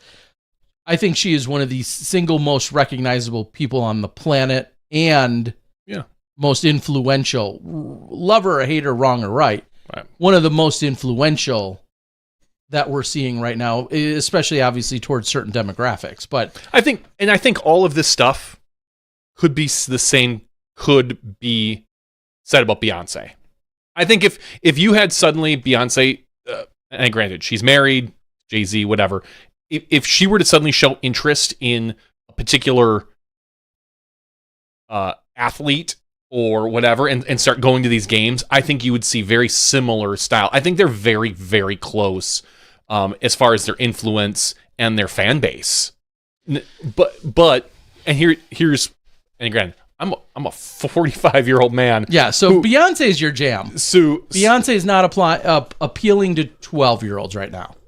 I don't know about I would bet she's not. But I think Beyonce is more musically influential than Taylor Swift, but I think Taylor Swift is the most popular musician in the world. I don't think there's an argument. No, I don't think there is any argument. And of course, we saw the Pro Tour. At some point earlier in the year, had asked our players about their favorite about their favorite Taylor Swift song. Understandably, plenty had no idea or took a stab. I can't believe that not one of them practically could name a song. Shake It Off, like one of the most popular songs. Like I get not knowing. I think Isaac Robinson and Alden both said Love Song or Love Story. Sure. I don't know that song. I'm sure it's great, whatever. But some of them, they were like, I can't even name one. You can't name Shake It Off. It's just such an iconic song. I couldn't name more than 2 more songs, probably. But how do you not know Shake It Off? I mean, doesn't she hold the top 10 songs on the Billboard 100 right now? Like at once. Like has all 10 of them simultaneously. And I'm not like trying to make a big Does pitch. she right now? I think she's the first person to ever do that. Which would make sense. I'm not like proclaiming that I'm a Swiftie. Yes, I have a 12-year-old. Yes, I have a 14-year-old girl. So I'm a little more in tune than probably most. But Billboard Hot 100, she is not. Yeah, I was going to say, is that what I'm thinking of? No. At any rate, so I understand there's going to be a perceived bias that's coming from me in the first place due to my particular position. I get it. There's a lot of people who couldn't name our vice president or name sometimes when there's still an argument about who our president is. So it is what it is. I understand and I accept it all. I think she clearly, though, I think the big takeaway is we often have these arguments or discussions every time any form of celebrity enters disc golf. There's always a very polarizing reaction.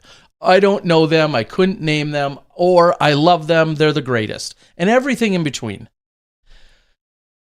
Let's face it, the NFL is losing their shit over her being involved. And they're milking it for everything it's worth. They're milking it, losing it, whatever, embracing it or not, all of those types of things. And so when you see someone like disc golf do something similar with lesser known celebrities. Are you calling Jeremy London not a celebrity? I'm just saying when we're seeing it, it's not that far-fetched for us to be doing. And I say us collectively. I mean, for so many years, we thought it was so cool when, Frolf was referenced, for instance, on Seinfeld, and every other news or any other kind of hit that we saw in any kind of national media attention. Now it's become much more commonplace, of course. It has been funny to see the NFL go all in on embracing her and milking it, as you would say. Of course, yeah, they're totally milking it, and that's fine. They should. I think they should take that opportunity. It's really funny to think that a billion-dollar organization is milking Taylor Swift, trying to gain popularity. Arguably, the second largest sport in the world behind soccer is the NFL, and even they will take the extra 500,000 to 1 million people that will now tune into these games to see Taylor Swift and to see the man she's dating. I just think it is kind of funny. I mean, it's wild. It's wild that we give a shit about any of our celebrities. If you really, at the end of the day, right? Of course, but that's a whole other story. I mean, I was going to watch the game anyway. I didn't care that Taylor Swift was there because I've got Patrick Mahomes on my fantasy team. You so little Swifty. Switching notes just for a second. Are you familiar with Jimmy Carr? Nope. Okay. So I think he is. Is raunchy the word? Is that the word you guys would use? He's one of the most probably offensive. I don't know what the right word would be. Offensive has got to be it somewhere within there. I think he's one of the funniest comedians that I've ever seen. I've never seen him in person. I see he's coming here to Milwaukee. Tickets are going for sale this weekend, and then he's coming to Milwaukee next year. He's one person that I would definitely go out of my way to go see, and he just popped up in my news feed along with some other golfers that made mention of it. Anyway, I didn't know I feel like if I showed you a few clips, you'd recognize him, his accent, and then also just his delivery and his style. And then he has one of the most unique laughs in the world that you, if you've heard it, you'll never forget it. So some people on the board are correcting me, saying cricket is actually the number 2 sport in the world. Probably true because cricket is very big in India. Yes. I wonder, but is there like a national cricket organization? And I wonder, I'm sure there is, but I wonder if they make more money than the NFL or not. The organization? Yeah, like the whatever, because it just feels like it's such a like I know obviously soccer is, and probably cricket is definitely watched by more people. Yeah. So, but whatever. Yeah. It says that more than $1 billion a year. That means India's top cricket competition, a closed league with only 10 teams, now generates annual broadcast revenues on par with top leagues like NFL, $10 billion a year, England's Premier League at about $6.9 billion, and the NBA at $2.7 billion. So actually the NFL makes more money off of their broadcast rights revenues than even soccer or MLS, it sounds like. Yeah. But I mean, either way, it's definitely way up when there. It comes to fans, they probably do beat the NFL. I went to Australia. I'm all up on cricket now. I don't. Yeah, because that's all you could watch. Honestly, it was. It was pretty incredible. Politically incorrect. Tim Courts is saying that is an understatement. Like, I think of Anthony Jeselnik, and who has a very different delivery and completely. But is so insanely dark.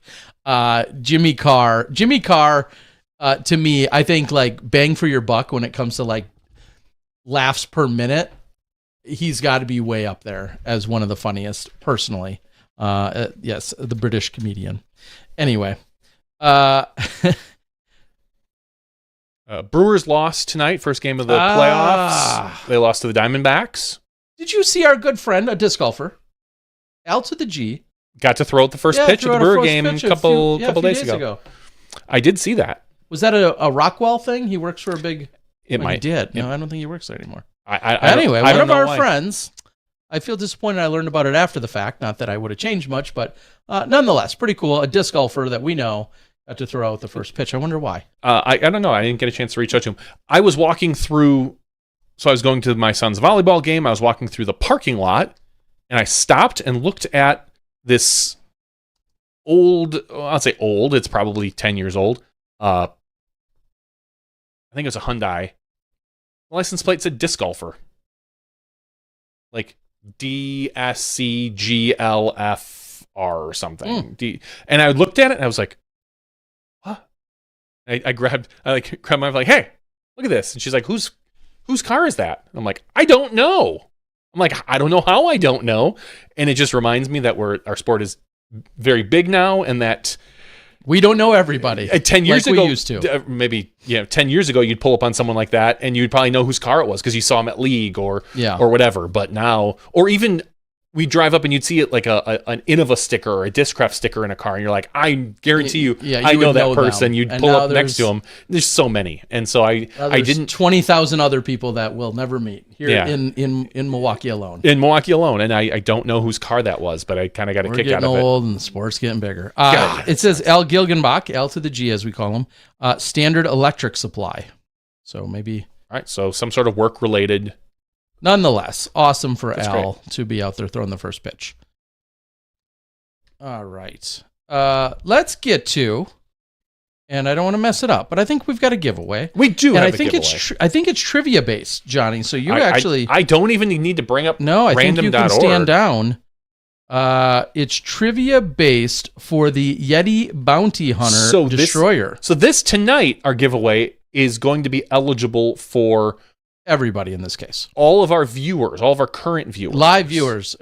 Or if somebody doesn't get it right, and then tomorrow we're still looking for the right answer, so be it. But here, we're going to do the giveaway. I'm going to try and read this to make sure I don't screw it up. But it's rare that we do it like this anymore. Yeah, there's no promises of this. All right.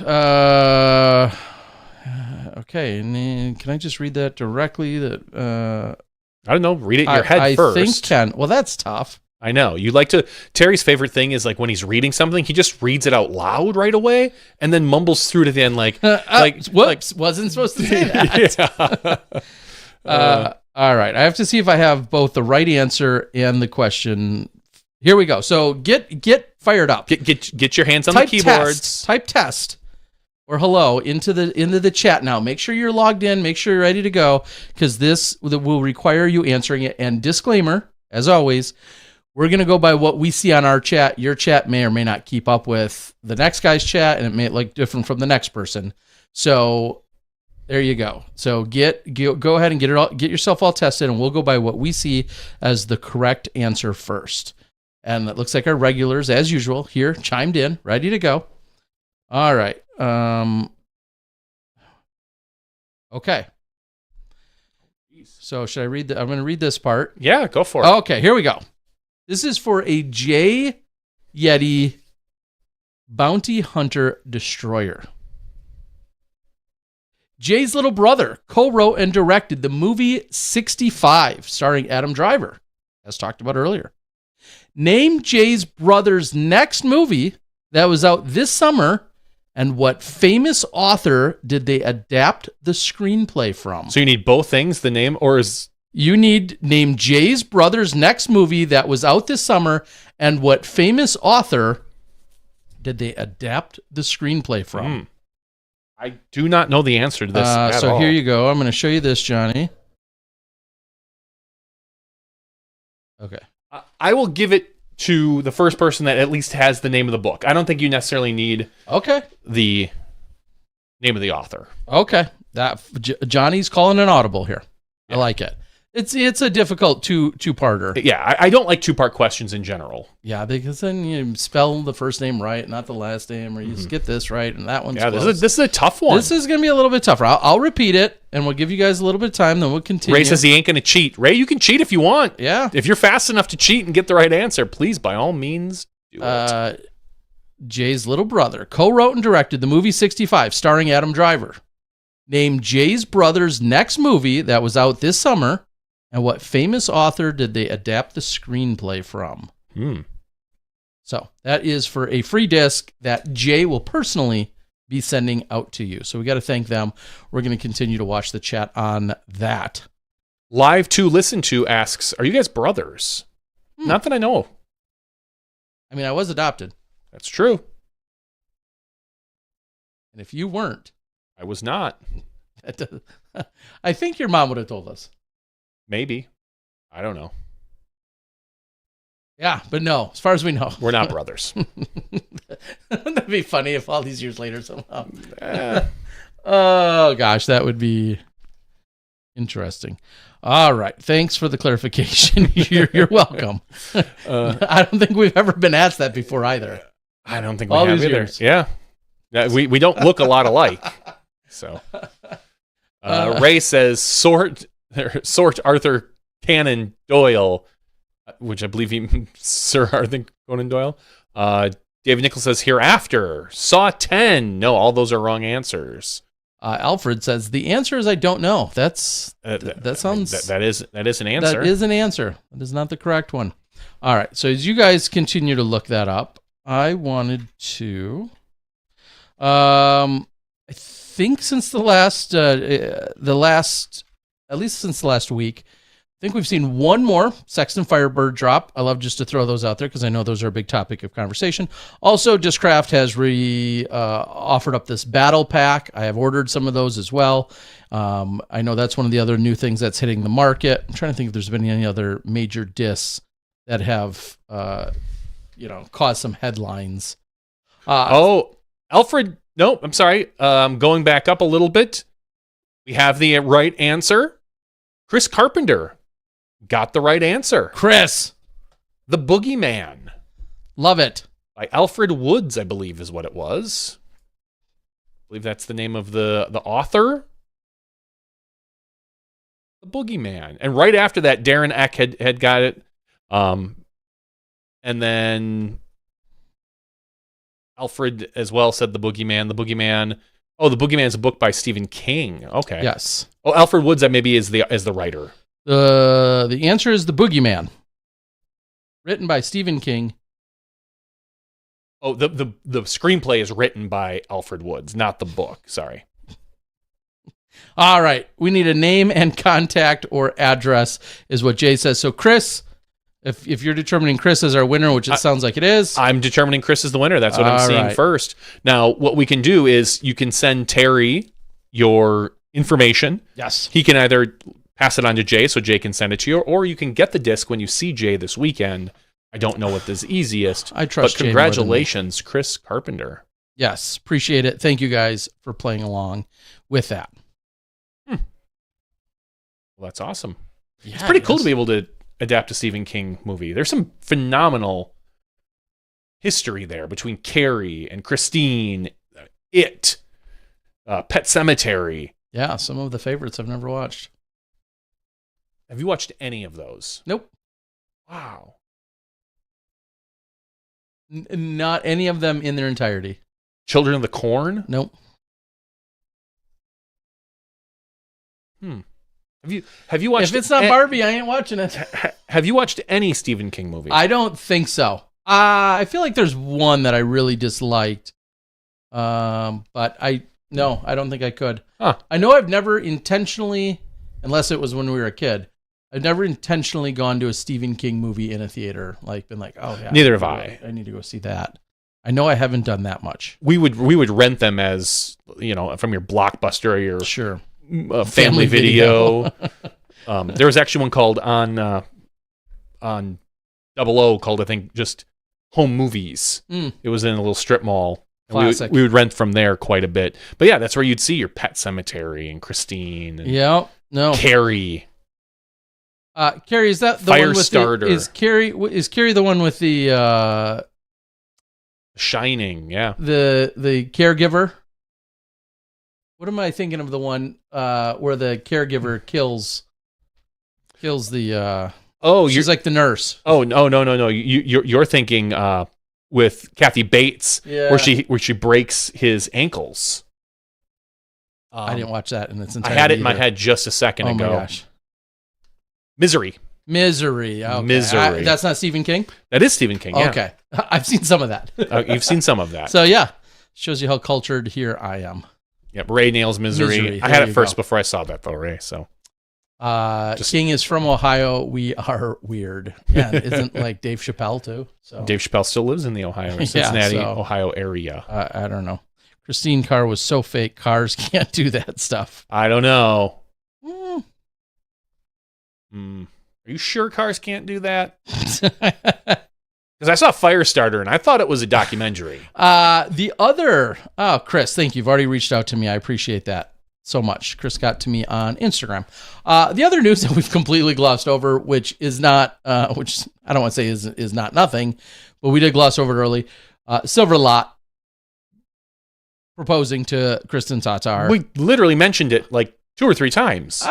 We just glossed over it. That's my point. Anyway, congratulations to them. Yeah. Okay. We kind of mentioned it. Yeah, we said that they were getting married. Okay. Like at any rate, congratulations. Did that come out Wednesday as well?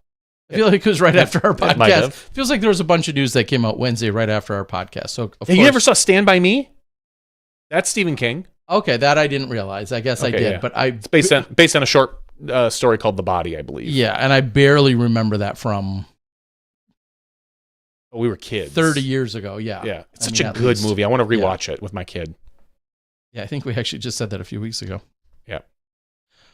I don't know if we have anything else. Terry took forever to get Kristen's last name correct. Now he has to learn it all over again. You're right there. We'll see. You're going to call her Lot Totter? as somebody, poked fun at me on the internet, which fully good with. I did then a little bit of research because I didn't want to reach out to her directly yet. I'll talk to her probably tomorrow. I did a little bit of research to find out that in Estonia, customs for Estonia, it's customary to take the man's last name. Okay. It's also pretty common to keep your last name. And it's not entirely uncommon to hyphenate your last name. Okay, so very similar to here in the Bingo. US. So it was. That's my point. Is there's like absolutely no like. It's not, there's essentially no standard. Sure, that sounds just like the U.S., where exactly it's customary to take the last name. Some people don't, and some people hyphenate. That's kind of my point. Cool. So for the people that like, how many people pick a totally different last name? How great would that be? Like, no, you. That's the time. You were Smith. I was Brown. Let's both pick Jordan. new names. Yeah, now we're going to Jordan. Sure. That wouldn't be a bad idea either. My whole point though was that a lot of people instantly assumed one thing or another. So when I looked into it, and I thought, I'm sure there's some countries where it's like 97% they do one thing. She might pull. This one seems to be very divided. She might pull the Valerie Doss. That's what I said. Where she still maintains a public out-facing sportswoman-like persona. Because she has built up a reputation. I mean, she's famous in Estonia. Like, not just disc golf famous, but fucking famous. Yeah. Like, people know her. T Swift famous. Like, not quite T. No, I'm not giving her that. Sorry, you're not T Swift famous, even in Estonia. She does ads for Estonia, Nike Estonia. But she does. She does all these things. So, for her to maintain the Tatar name... I know. Could make sense, and then just privately be Kristen Lott. So, but I guess we'll see. It's funny that this is one of the conversations we actually have to have. Slow media week, I guess, but that's one of the conversations that can be had as to what she will do. And I think there's a lot of people that don't necessarily know or realize that. That Valerie Jenkins is, in fact, Valerie Doss legally, and obviously goes by Jenkins in a disc golf setting. However, like, flip the script, Valerie Mandujano specifically has kept Mandujano, and is not, and like legally kept Mandujano. I didn't know. I never understanding. Asked. I think that's I think I heard that my understanding is that she had kept Mandujano as her last name. Okay, which again, I love all the different options. I don't really no judgment or nor do I care. But it just proves that there's a lot of possibilities. The one story I'll tell, and obviously it has nothing to do with any of our disc golfers. Before I met my wife, I met somebody who I went to their wedding. There was no one before you. And he took her last name Dang. Which didn't work out well for him because they got divorced within a month when she cheated on him. So, boom. Ouch. I think it was like a month or two. Yeah. Ouch. He went through the effort to change his name. Hers. Yeah, to hers. Because he hated his family, is my understanding. Like, he had bad... It was like a bad scenario, my understanding, with his family, and so he just wanted nothing to do with their last name anymore. Yeah. So he decided to take hers, which... I mean, someone's changing a name, but then it just didn't work out for them. I mean, was her last name Cheater, Cheater, Pumpkin Eater? Because then if so, he should have been a red flag. Just saying. Alfred says, I got married and we both decided to keep our first name. It's good, Alfred. I like it. Again, I don't care what anyone does. I think it's all great. I was just looking to if there was an official, like, customary thing in Estonia, and there's just truly, apparently there is not. That was my whole point. All right, I think we've talked about just about everything we need to talk about. USDGC week, it's Throw Pink week. Lots of people will be confused that Throw Pink's not a major, but USDGC is. There won't be ratings for the major, and there's a bunch of weird rules at both events regarding any given hole. So that's your quick 10-second recap of or preview of what you're going to see this week at the USDGC/Throw Pink. Yeah. So just keep that in mind. Nonetheless, there should be some big money on the line, and we've got some pretty big names that are all the big names. I'm just saying some big names that maybe from yesteryear, in the sense that we've got Climo returning in a media capacity. We see Will Schuster coming back. I think I saw a stat that said like Will is the second or third lowest rated player. Yeah, he's like 980 or 960 or something. Yeah, 969 or something like that, which means nothing. It means something, but nothing all at the same time. It'll be really interesting to see where his game's at, and what he does out there. I don't have a lot of high expectives. No, just based on his lack of play and some of the stuff I've seen on social media, his most recent events that he's played. Clearly, I'm glad he's out there. I truly am, because sure. It is a place for him specifically that is special. 3 USDGC championships, and it will be awesome to see him play. I hope he's on some sort of featured card. I would assume, like maybe not like the featured card, but maybe like chase card or something where we can kind of keep an eye on him. But in general, I'm excited to see Will come back and play this event. Yeah, it will be pretty fun to see and experience. 3-time champ. Ray had asked. Ray, thank you for the super chats the other night, by the way. He had said, "Have you attended a disc golf themed wedding?" And we've both been to disc golfers' weddings, and then they've had various themes. In fact, a picture was just taken today. I had the honor of being at the Paige and Grady Shue wedding. They invited me to be the DJ, which was, anyway, it was fun. But one of the cool things they did is they gave away, I think they were mini sheriffs or something. They were a mini size disc, or a smaller size disc. And they had done a full color Dimax on it, and it said Paige and Grady Shue and the date. And then it had your individual name on it as the guest. Wow. And it's funny because to this day, I still have Kobe Geis's, because he left his behind on the table. So I grabbed it so it wouldn't just be forgotten. And it's also sitting in my room right next to, second place. Did you get one with your name on it? Yeah. Okay. I did too. Well, you were the DJ. I didn't know if you're technically I got one. It's some other time I'll show you guys. But yeah, it was actually just photoed today. And Tom McManus from Flying Disc Museum. Yeah. He's always looking for interesting discs to photograph to put into the Flying Disc Museum.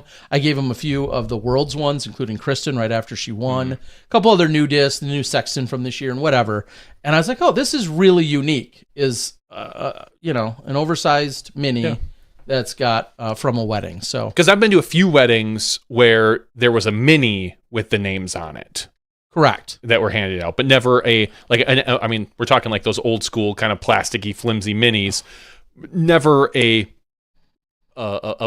baby size disc, so to speak, that had a full color stamp, customized nonetheless. Yeah. So that was all part of the cool Dimax features and capabilities and whatnot. I should go through the minis I have and look for the weddings, the minis that with a couple still aren't together anymore. There's a few of them, I know that. Paige and Grady coming up on what will be their 4-year anniversary, October 25th. Congratulations. So to throw that out there. Yeah, 4 years, the shoes.